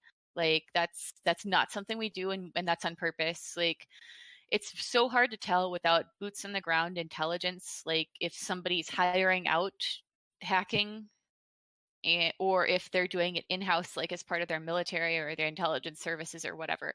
Like, and it's not an important distinction for most of us in security. Like, it's an important distinction to like Congress and the military and stuff. But to me, doing incident response, I don't care if it's North Korea or Iran or whoever. Like, it's irrelevant to me as long as I know how the adversary operates, what other things they've done, what tools they use, like how fast they do things, et cetera, how often they make mistakes, stuff like that, and what their targets are. So That's what I need to know. I need to know a general adversary group and kind of how they operate. And I don't need somebody to make a bad guess about, oh, it's who so and so's military unit. Like, what does that matter to me? Yeah. So, what kind of OPSEC mistakes have you seen from like these more advanced attacking groups, and what would you do differently? How would you recommend that someone would run better infrastructure for their? Oh, so like them giving themselves away? Oh man. Yeah, like I've heard stories of like help the people will go adversaries on an out. attack and then like their VPN tunnel will die, and then like the Yeah. IP. I've definitely seen a lot of typos, like from like these supposedly super APTs take a drink. Yeah, they type commands wrong like 8 times, and I'm just watching the command history, and it's like they typed the same thing wrong, and then they like Googled it and they copy pasted the wrong section of the page, and like it's they're humans too. Well, Sounds like me. most APTs have like multiple tiers of people who are doing the attacks. So they have like a bunch of like pretty new green red teamers who are like the people who just do the scans and like gain persistence and stuff, and kind of check things that are working and like maybe try to do some lateral movement. And they screw up a lot. And then once they get where they want to go and it's time to do something, the better people come in and they do the more advanced stuff. So like it's not all like super elite hackers. Like sometimes it's just like the college kids like who are just like brand new and they just been told every day go check in the system, like, and they screw stuff up. So Yeah, at least they're persistent. That's amazing. Another So- usage of persistent. So Taking like, the A out of APT. what kind of like technical challenges would separate your aforementioned college student from a more skilled? Like, what kind of things would like their employer be asking them to perform? So it's really hard to say. Again, I'm not boots on the ground intel. I don't have I'm not sneaking around and they're in their base looking in the windows seeing what they're doing. But you can definitely see in a lot of those adversary groups, like there's a division. Like there's the people who screw up and mistype things all the time wrong, and then there's the people who are doing like super advanced attacks and they're building custom industrial malware and stuff, and that's like obviously it's different people. Like, and why would you waste your person who's an expert on building industrial malware on going in there every day and dumping else and getting some credentials? Like that's a routine task you can write the process down for and just send any person with like basic security and hacking knowledge to do. So you have like 18 people who could do that, and you have like 2 people who are really good, and you aren't wasting a bunch of the really expert people's time that way. I mean, it makes sense no matter whether you're a bad guy, good guy, or whatever, whether you're just a red team operating in pen tests. Like you don't want to waste your really pros time on those simple tasks that are so routine. Yeah, Makes sense. So what do you do to keep up to date with the latest like attacks and threats that are happening? Because there's some of them make the news, and then you might see a similar thing happening in whatever situation that you're in. I guess how do you sort of keep up to date with that and apply that knowledge in the field? I have no life, and I'm like up on Twitter until 2 a.m. That's pretty much it. No, I read a lot. I listen to podcasts on my commute. Like I listen to a bunch of different commute podcasts as I'm getting ready for work in the morning. And read news articles. I follow Twitter. I follow conversations. I'm following like 8,000 people, so in a bunch of different lists and stuff. So yeah, I do a really big effort with my free time, to more than I probably should for my personal wellness and sanity and stuff. But I spend a lot of time reading into what's new, and I also try to go to a lot of cons and participate in meetups, stuff like that. Oh yeah. I have no life. I mean, we're all here on Valentine's Day Yeah. right now. I hope everybody called their mom today. Make sure you call your mom. I would love to hear maybe some examples of podcasts and lists that you find useful for exactly what you described. Also, kind of your con technique. Sorry, can you restate that? I'm sorry. Yeah. So in terms of the technique, basically, how do you approach going to them? Everybody's got a different way. Like some go and sit in the talks all day. Some go and just hallway con. What is your approach? Kind of whatever I feel like that day. I always look at the talks beforehand, and I'll highlight the talks that I really want to make, and I also try to always leave time for networking and talking to friends and stuff. I try to take it easy at most cons. I try to not book myself 100% of the day in talks, but I also don't want to miss the talks that I'm going to get a lot of out of being in person. And yeah, a lot of them are recorded, but you can't ask questions that way. It's not dynamic. You can't see the demos as well. So, yeah, I mean, I'll select some talks I want to see, and then I'll try to go check out all the other stuff. I'll try to do some volunteering, a little bit of everything. Nice. Thanks. Sure. I'm curious, what kind of music do you listen to? I listen to a lot of electronica. I some industrial, but mostly electronica. I like a lot of older electronica, like Orbital and stuff, Juno Reactor. Daft Punk? Definitely. Frontline Assembly, Hybrid, stuff like that. Yeah. Nice. As far as the local groups you were talking about, are there any ones in particular that you'd like to shout out? Yeah, so greets to BurbSec in Chicago, and also to MySec in Michigan, and let's see who else. MilSec in Milwaukee. Yeah, there's a lot of good Midwest hacker groups out there. Midwest is lame. Yes, Midwest is lame. It's true. We are super lame. Freshwater. It is interesting that there's so many people who I respect who come from that area, because it's not something somewhere you think of when you think of tech, but there is really a lot of really talented people out there. Man, I grew up on a farm. We had no money. We didn't even own a house, and there was nothing else to do. My dad bought a computer to monitor farm purchases in the 80s, and it was go outside and work on the farm or sit inside and figure out how the computer worked. And man, I discovered really early on that I wanted to study hard and never work on a farm ever again. So can relate.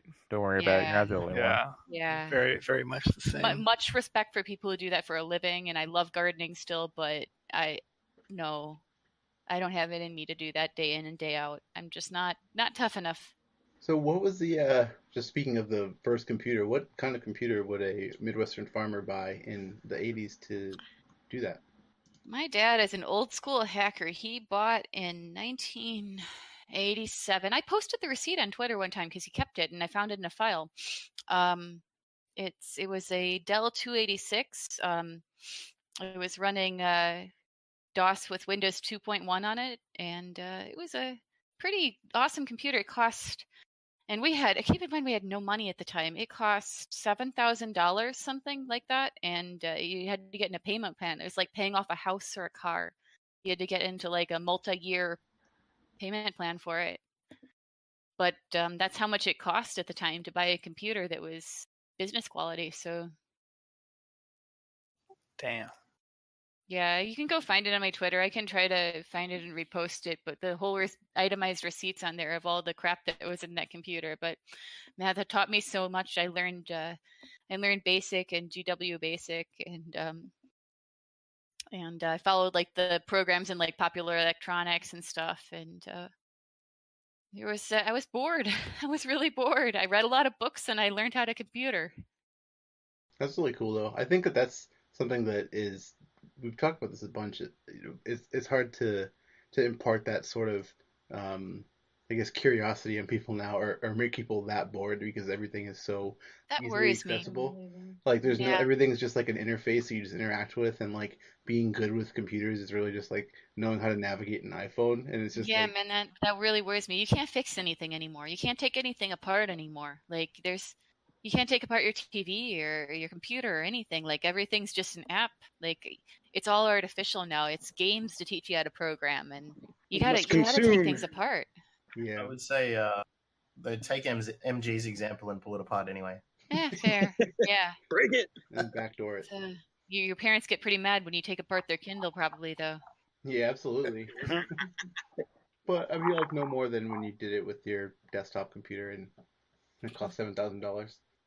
God, that receipt is insane. Yeah, I gotta definitely go try to find that again because it's.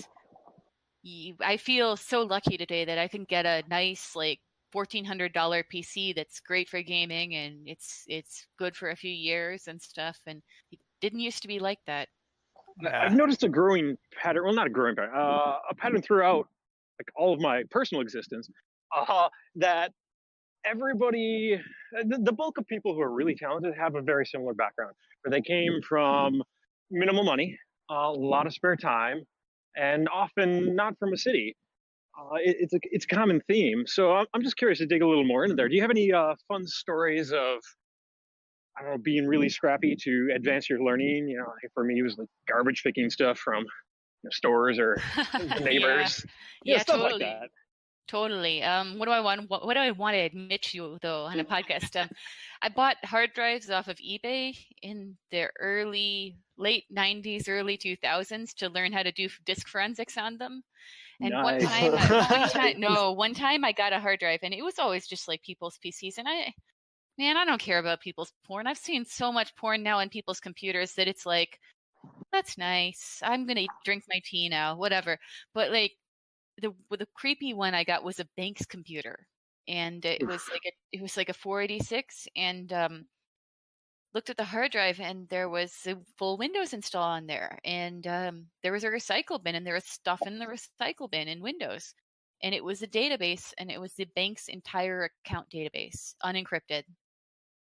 I wiped that hard drive like 11 times and then smashed it. Oh my God. Damn. Can you tell us what year that was? Oh man, we could go back in the before time bus here. It must have been like 2002, maybe 2003. It was a long time ago. Damn. Are there any legal risks from doing that? Or sorry, you're not a lawyer, but That was what do you a long presume? time ago.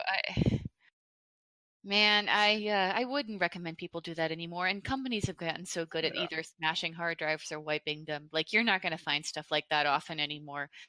Even if you go to Goodwill now, they take the hard drives out of computers, and it's so much easier to wipe SSDs too, and wipe them very, very effectively than it was, mechanical ladder hard drives. Just use your fuses now. I was definitely gonna do the same thing, but I was really scared I'd get like CSAM or something fucked up. I mean, I can say that there's, well, trashing isn't as huge now, like just going into a random bin behind a company. There is, like, ex-government computer places and stuff that is supposed to destroy the stuff. Oh, but yes. I wouldn't recommend anybody actually go there. But those government auction sites in multiple countries, multiple states, if you need cheap computer equipment, that is the way to go, man, because multiple countries and multiple police and government agencies sell off computer equipment. They don't know what it is for super cheap. Yeah, they'll take the hard drives out, but if you want a bunch of RAM or some, rack-mounted servers or something, good resource. Yeah, because they have to spend their IT budget, or else they lose it for the next year. So it's just time to buy They always buy everything new, like clockwork. I guess what are some of the most unexpected things that you've seen in terms of DFIR in any scenario? Like the most surprising unexpected things. I feel like I've seen so much now that everything is just more of the same I know about humans now. But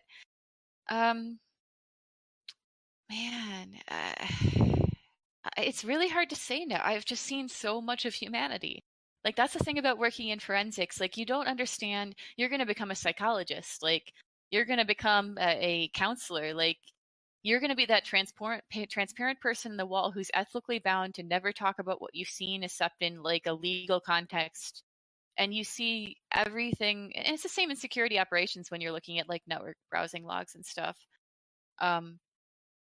You see every edge of humanity. You see people on their worst days. You see, and that's the thing that bothers me about like internet and IoT privacy, because I know what I can see about people just looking at their browsing history and, their network traffic. I can see when somebody's died in their family and they're buying flowers. I can see what music they like. I can see that they're looking into a school for their kids, and it's so intensely personal, and I just have to numb myself to it. And you see horrible things too, of course, in forensics. You see really terrible, you see the darkest parts of humans too, but so much of it is just people living, and you feel almost grotesque, like you're looking in on people's lives inappropriately, and you're just doing your security job, just making sure that they're not going to malware sites and things, or cleaning up an incident on their computer. But just as a byproduct, sitting there on that network, you see everything, and it takes a certain personality type to learn that much about humans. But yeah, you just have to be able to detach yourself from it and understand that most humans that I see are pretty decent people. They're just trying to live. That was actually really heartwarming. Yeah. Wow, I didn't expect that at all. So Moo had said here, do you think forensics tools can be improved, and with the issues on overriding with SSDs, do you think that would be problematic in the future? SSDs are a pain in the butt for forensics. It's true. Especially when they're wiped. Data recovery is still quite a bit harder on SSDs if they're wiped properly. I mean, if you sit there and overwrite a platter hard drive, it's overwritten. One overwrite is pretty much the end of things, but a lot of people didn't used to do that, and when they had a hard drive crash too, like if it was just a controller, that was a pretty easy thing to fix. But SSDs are so arcane. There's so many different ways that they're constructed. Yeah, they are a pain in the butt to deal with from a data recovery perspective. Some vendors more than others. It's definitely still, I definitely advise people, if you've got important stuff that you don't want to lose, don't put it on SSDs. At least have a backup somewhere. Like, they're awesome, but data recovery is a pain in the butt. Speaking of data recovery, then with like write blockers and that kind of thing, is there any particular hardware tools that you would recommend for people who maybe don't have $1 billion budget? Yeah, you should have a write blocker. You should definitely have a write blocker. That's just like Forensics 101. Don't contaminate your evidence, especially if it could ever end up in court. Document everything that you do. That costs nothing. It costs a notebook. Like, write down every time that you did something during data evidence collection and forensics, like exactly what you did, what commands you entered, and what evidence you collected, what condition it was in. But yeah, a cheap write blocker, a couple $100. Yeah, you should have that if you're going to do any kind of evidence collection. That's just like basics of not contaminating your evidence and making a decent copy of it. On top of that, like, forensics can be expensive. A lot of the tools that corporations expect you to know, like FTK and NCASE, are very, very pricey. But you can learn a lot. Like, it's one wonderful thing is that memory forensics is cheap. Most of the tools that are used in enterprises today, like volatility and recall, like, they are essentially free. So you can learn volatile data forensics, like memory forensics, on the cheap now, and that's very, very important. Disk forensics, there's still big commercial players in that space, and that's a little harder. So, just curious, what pain points have you run into with some of the open source tools like Autopsy compares to Autopsy is like fine. Like, bulk extractor is great. Like, SIFKit is a wonderful, wonderful VM. Like, but the problem is when you go into an interview for a forensics position, they aren't going to give a crap that you used Autopsy. They're going to ask if you used FTK or NCASE. So that's the lousy part there. Like, they're going to care about the tools that are commercially acceptable. Like, but if you want to learn about forensics and how those things work, Autopsy is awesome. Download SIFKit for sure. Play with SleuthKit. That stuff's all pre-built. It's really easy to learn from. There's great cheat sheets for everything on the SANS website. So yeah, there's a lot of tools to learn from, like Autopsy, but the crappy thing that I can't really get around is that when you get into that interview for a forensics position, they're going to say, how many years of experience do you have with NCASE? Yeah. There's a lot of high expectations set for certs. Yeah. But I'm CLSSP certified, so I don't have to worry about that. Hell yeah.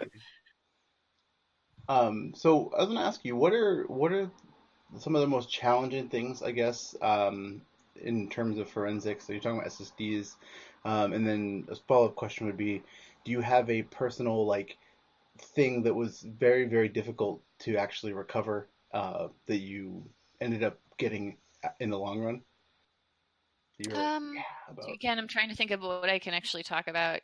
Okay. A lot of it has been network forensics, like things that have been encoded and then encrypted and then encrypted again and then encrypted again. Like adversaries like to play games with their command and control channels. Like they'll try to make reversers and analysts' lives really, really miserable.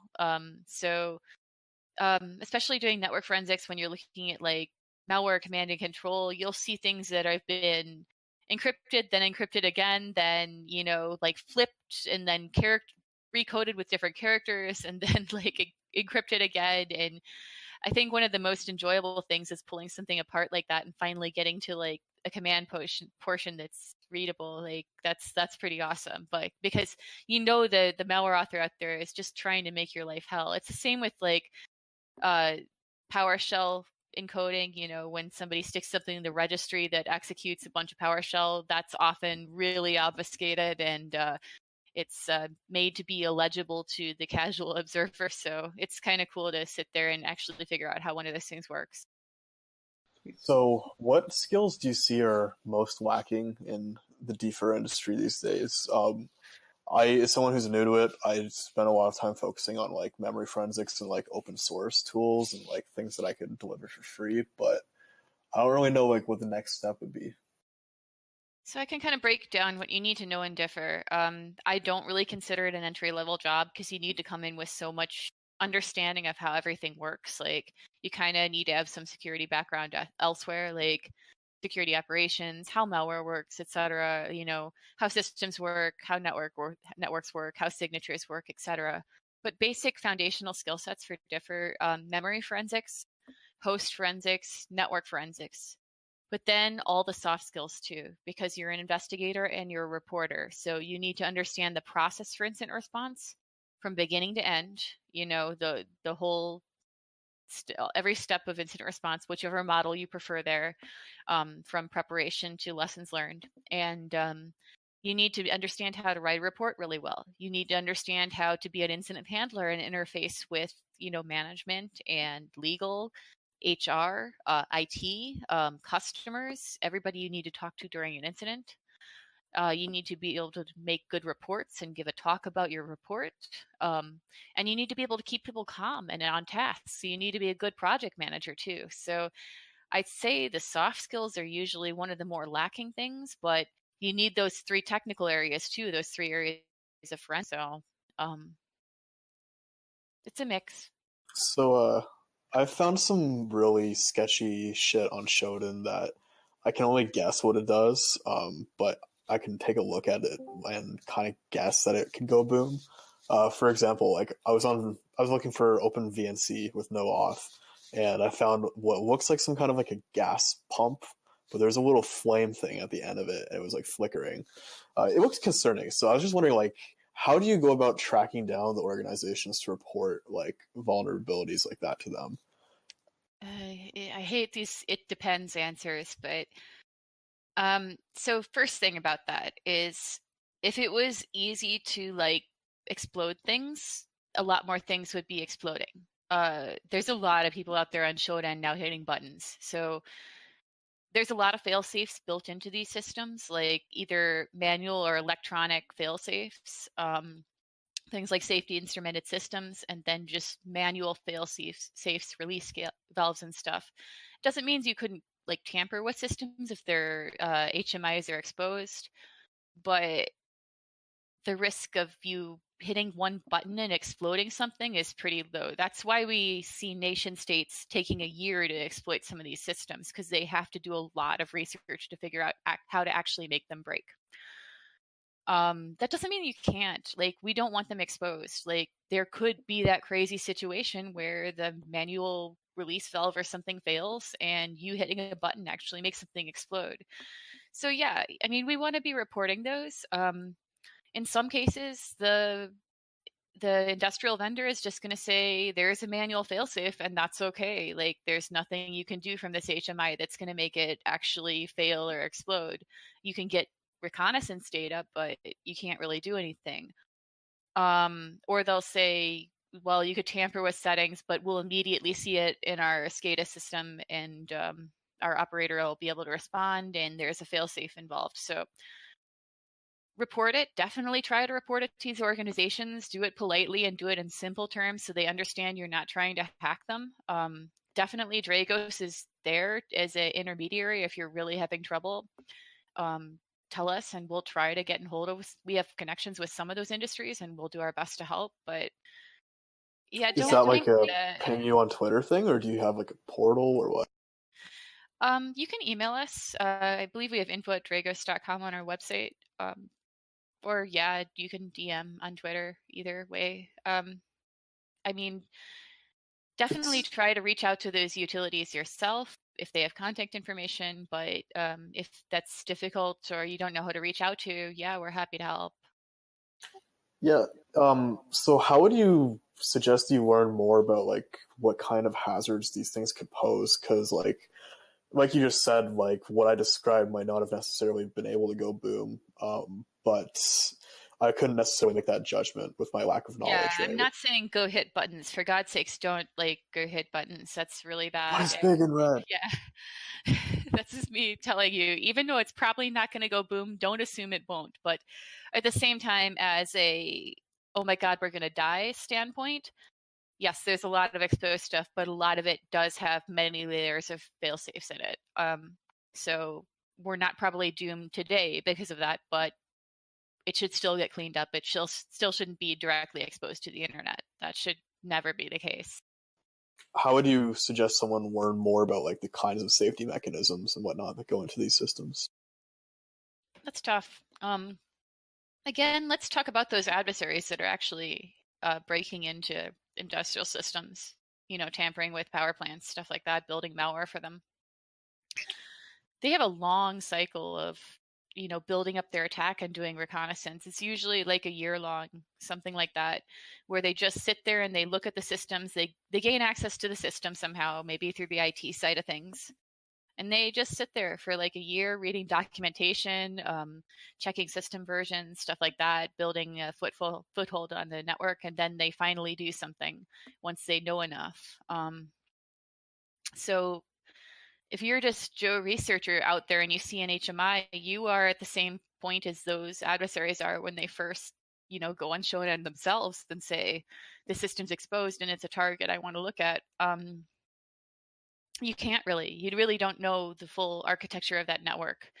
I would err towards caution and reporting it. I would definitely tell those utilities, I'm so-and-so security researcher. Here are my reputable credentials or where I work or whatever to make yourself look legit. And I found this.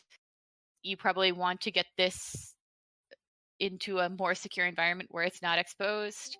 These are my recommendations, blah, blah, blah, blah, blah, blah. And not many of them have vulnerability reporting programs yet. So it's still, think 1998, think 2004. Like, it's still, you're still going to get ignored a lot. You're still going to get yelled at a lot. It's just unfortunate. But I would definitely still err towards reporting. Could you talk us through some of like the things that made like the Ukrainian power grid attack so like devastating, and like oh man, how those things kind of went from what you just talked about, like where you find something out there to like that? So a few things to say about Ukraine. They have been a test bed for multiple types of cyber type attacks. Take a drink. for obvious political reasons and logistic reasons too. The attacks against their power grid were one of the few kinetic attacks that have been really well documented out there. And they were shocking for multiple reasons, because they were so well thought out. They weren't highly technical, and most of these advanced attacks aren't. They're using a lot of living off the land. But they were very, very, very well researched. And that's what I'm talking about, that long dwell time, that long reconnaissance period. Because they thought about, the adversary in this case thought about, how do we disrupt them doing restoration during incident response? How are we going to keep them from quickly restoring the systems? And they tampered with the connections, the serial to Ethernet conversions between the remote operators and the lower level devices that were impacted. So you had to actually send technicians on site to do repairs instead of doing them remotely. So there was a lot of forethought there. There was not just thought into how to conduct the attack, but how to really make the incident responders miserable, the forensics people miserable by, destroying essentially destroying the computer systems involved. They did a lot of anti-forensics, a lot of tampering with systems so they couldn't be easily restored. But that's all human beings thinking. Unlike crimeware, where it's like throw a bunch of stuff at the wall and see what sticks, even very sophisticated stuff. It's like, okay, let's think about how the system works. Let's think about how their operations work. Let's think about how we can disrupt their day-to-day activities because we know how they work. It's a very different style of attacks. Yeah, not to mention doing it in the dead of winter. Yeah, that's horrific. Freezing cold outside. Horrible. Yeah. Is there anything that you would like to say? Because there's quite a good amount of people that listen here. And all the times you do get interviewed, like, they're usually just technical questions. Is there anything you want to rant? Man, so I don't think a lot of people know what I do. Like, I tweet about a lot of security things, but like, I hope this interview clears up like what I technically do, because I do so much volunteer work and like training on soft skills, like interviews and resumes. Like, nobody really knows that I'm an incident responder and I do forensics and I do malware analysis. Like, that's my life. I live in the industrial control system space now, and I'm doing that stuff. So I love talking about it, and I'd love to come to conferences and talk about it more. But everybody's always like, "Can you talk about women in tech? Can you talk about interviews?" And I'm like, "Okay." But yeah, I am a forensics technical person. I do forensics and incident response on industrial systems, and I love that stuff. I eat it up, and I'm happy to talk about any of this stuff at conferences or at college classes, whatever. Have you do you ever just say no? Like, I don't want to talk about being a woman in tech. I just want to talk about tech. You don't. No, we're both doing the same thing of like helping everybody, but yes, I have said no to doing women in tech panels. I have definitely said no to that. And it's not because I don't think they have value. It's just that I like talking about computers. I like talking about hacking. Like, that's my thing. But I hardly ever turn like educational things down because it's so important to get the next generation of people in. Like, all about it. I totally get it. So maybe you could speak on that. For people who are trying to diversify their speaker crowds, how do you attract female or people of color speakers without asking like really redundant or annoying questions or coming off as really out of touch with basic human social interaction? Reach out to them directly. Don't be like, I need a woman on this panel. Just be like, hey, I like this and this work you did, and can you come speak, or do you want to join our panel? Just ask. Like, as long as the person's qualified and it's a good fit and you like their work, be like, hey, I like this blog you wrote, or this research you did, or this thing on your GitHub. Like, come be on my panel. Go see people out. I think it comes down to reading more and like following people and just seeing what they do rather than being like, we must call female. Everybody's humans, like, or maybe robots. I don't know, but like, And like, I don't know any women speakers who are like going to be upset if you call them and are like, hey, I thought that Kubernetes POC you made was cool. Can you come talk about it? Like, I know a lot of women speakers who are going to be like, you know, if you're like, hey, we need a female shaped person on this panel. Can you come be on our Please panel? don't. Nobody do likes that. Never do that. Like, oh God, I know you mean well, but please, I've gotten that so many times, and I'm sure you have too, Ian. It's like, it's like, I am looking for a woman to be on this panel. I'm like, what does that say about me, about my qualification? I've been doing this like my entire adult life. Like, it's my entire life. I live and breathe this. Don't be like, I need a woman. Like, like you could just get any woman off the street if that's your criteria. But that doesn't really make us feel good at all. List off cringeworthy things to say to people. Like, oh yeah, you're this. You should get nothing else. Yep. Funny. So Eric in the chat just asked if you had any thoughts on the NSA reversing tool that they're going to release soon, Ghidra. I mean, I think it's cool that this stuff's getting out there. It can't hurt the community.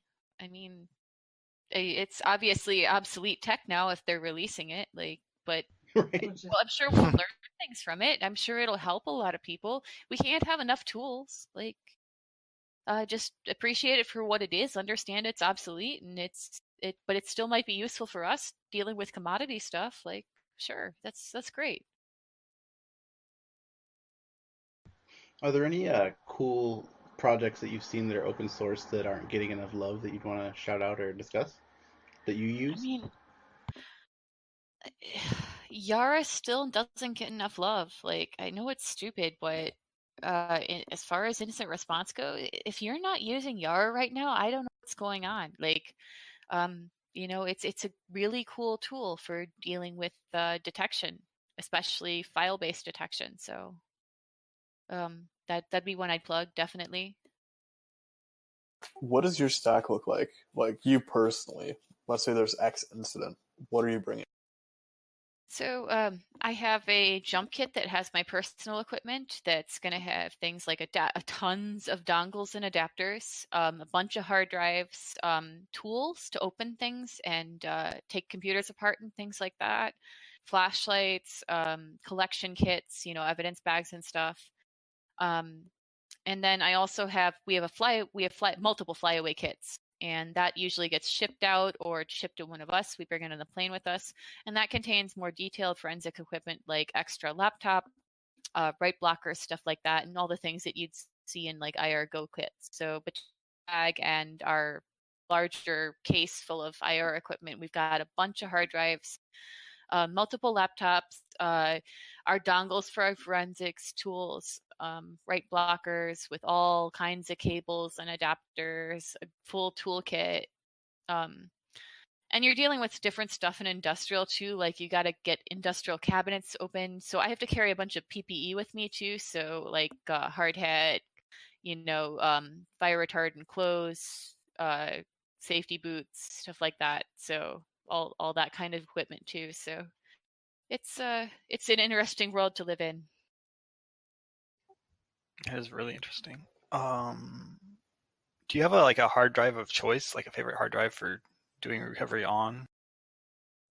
Not really. Kind of just it's something that's well rated, that is the correct size. In a lot of cases, I like those encrypted hard drives that do their own local encryption. That's kind of cool. You can do it on top of your own encryption too. It's just kind of a handy feature to have, but yeah, I'm not picky. Like, I've been doing this for a long time. If it goes and it's not going to fail and it's well rated and it's the right size, I'm all right with it. When you do evidence collections, do you put different incidents on different disks, or do you just zip up the files? Like, how do you manage it depends obviously you're going to have entirely on the type of evidence you're collecting. Yeah, in some cases, if you're doing fast collection, you might only collect volatile evidence. You might not even get it a full memory image. You might just be getting, process data, stuff like that, cache, registry, stuff like that. But as you have more time for collection, you collect more stuff. And we always want more stuff in security, right? Like we want more logs, we want more data, we want more evidence. So we get all the way up to the point where we're collecting full physical images of hard drives using a write blocker. And of course, that's awesome. That's wonderful, because there could be stuff in Slack space that we want to go find later, in unallocated space, that was deleted, or, logs that are from previous, boots of the system. So yeah, I mean, it really depends on exactly what you're collecting, how much time you have to collect it, whether you're collecting just volatile evidence or both volatile and disk evidence. I was wondering, how much has changed with like everything being like very virtual now? Like, what is the process about like recovering things from like virtual machines and that So kind of? I have a little joke that I tell, and my little joke is ICS is where people end up when they don't want to deal with the cloud anymore. Because you go back, it's like getting in your time machine and going back 20 years. But the unfortunate thing is the Terminator follows you back with all the exploits from 2019. So, in the space that I'm in, I don't see a ton of virtualization, and I don't see a ton of cloud. Of course, that's going to grow. But ICS is such a slow, long life cycle that these systems are, we're still dealing with Windows 2000, Windows 95, stuff like that. We're not there yet. It's going to get there eventually, but yeah, cloud forensics is very different. And there's a lot of neat things you can do in terms of forensics with virtual machines, especially because they often retain a flat file that's their memory image, which is, hey, all of a sudden I don't have to alter the system by installing a tool to collect memory. Like, it's just sitting out there on the host machine. Awesome. That's super neat. And I might not have to use a write blocker, because I can just copy off, I can hash and then copy off the hard drive from the virtual machine host too. So yeah, there's a lot of cool things there. And in cloud, it gets even cooler. There's all kinds of interesting forensics logging tools for, cloud hosts as well. So yeah, it's a changing world, definitely. There's still a lot of hard drives out there. There's still a lot of memory out there, and memory is still absolutely crucial for doing memory analysis from malware and stuff like that. But yeah, there's a lot of new stuff. I don't deal with a lot of it because I'm an industrial. Do you have thoughts on, for people who are interested in doing like cloud forensics, on like resources or places to point them? I get asked this a lot and I don't know anything about it. So Amazon, I don't know about Microsoft, but Amazon has seminars that go around the United States, and they often are security focused. You can go to their website and they're free, and you could sign up to them, and there's going to be some marketing talk, but they have talks on what security tools are available, what forensic tools are available, and their people are there. So if you live near a metro area, go to the Amazon website and see what talks and conferences are available near you. Cool. Thanks. So what kind of mistakes do you see incident or inexperienced incident responders making the most? And what should they be doing? They're the same mistakes that police officers and detectives made 100 years ago. It's making assumptions and jumping to conclusions and not following the scientific method. It's very tempting sometimes to see a piece of evidence and try to make it fit our idea of what happened. Like I said, you're going to have both that gut feeling about what happened, and then you're also going to need to do the proper scientific process of disproving that hypothesis. But a lot of people make that initial assumption, oh, it looks like China, it was China. And then they try to make all of their evidence fit that conclusion, and they're wrong. And they go down a tangent, and all their effort goes into trying to prove this thing correct instead of trying to disprove their hypothesis. And yeah, it's that scientific method. It's not getting caught up in our own presumptions and our own assumptions and trying to make the evidence fit us. The evidence doesn't fit us. The evidence is there, and it tells a story, and we have to understand what that story is. Interesting. That fits right into what T-Prophet was asking earlier about lots of different attribution. He mentioned Iran without evidence and asking how much of that was real, but he said of attribution, how often do you feel like attribution is a preconceived notion seeking to support evidence for bigger things like this? All the time. That's most of attribution, really. Because like I said earlier, unless you have a spy on the ground, boots on the ground, and they they know what's going on. They could look in the window or whatever, or they are sitting in the embassy tapping the phone. Like everything is artificial. We don't know. We kind of know what things look like, but we're constantly trying to fit the evidence, make it fit a story. And people like stories a lot. And that's a problem when you're doing science and investigation. Absolutely. But hey, is there any last words you want to say before we drop off? No, I think I covered a lot of ground tonight. Oh my God. Absolutely. It's been fun. Thank you very much, and thanks you for answering all of our questions. This has been an awesome interview. Love to have you back and talk, and you're welcome to hang out here in our community as well. Yeah, that's awesome. Thank you so much. It's been really fun.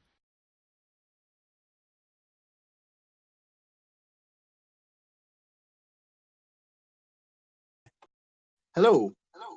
One second. I'm echoing. So that was pretty sweet. Hacks for Pancakes. I hope everyone Yeah, enjoyed absolutely. that. Yeah, That was a really awesome interview. Like she went over so much stuff. Like it actually was a lot longer too. We had to kind of cut some of it down for time, but she knows so much about so many amazing things, and I'm just like in awe of all of it. I wish we could just talk to her forever about like all sorts of different, very specific things that she knows about that not a lot of people do. She definitely Really she does those, resume clinics at DEF CON usually, and it's helpful in lots of ways too. I think one of the cool things that she does, that she mentioned she does a lot, that you can do yourself as well, is cutting up, building dissectors for different protocols that you've never seen before. Maybe one already exists in Wireshark, but try to do it yourself. Mm-hmm. No, it's so cool. That stuff is like being able to do that kind of thing is just like a skill that you just it's very difficult to teach. You just have to kind of like live it, And she definitely lived it for a lot of different things. Awesome. So yeah, hopefully we can talk to her more again soon, and yeah, amazing stuff. But yo, it's getting real late, so we should get offline now. Just give me 1 second here while I put our music on. But yeah, we will be back next week with who is it? We have the Blue Team Village from DEF CON will be talking with us. Fun. And then after that, we will have our 1 year anniversary show. ThugCrowd has officially been on the air for 1 year as ThugCrowd. We're giving away had an additional thing, free Bitcoin to everybody, by the way. If you click on this link, and It's you gonna gotta be- cover taxes and everything, but Yeah. It's going to be quite a celebration. So we just need you to go to our website and to watch the stream there, and the whole time it's open, just leave the browser open and go to bed. And yeah, it'll be great. Elon Musk has personally donated cryptocurrency. Yes. Elon. Good stuff. But yeah, we'll definitely do a nice talk about what we want to do in the future. So yeah, definitely be here in the next 2 weeks. It's March 26th. So yeah, we have one more show, and then probably a little break because we're tired. So, anyways, let's call it a night because it's really late. So, thanks everybody for hanging out and listening. DM us if you have any questions, and we'll see you next week. Bye. Peace.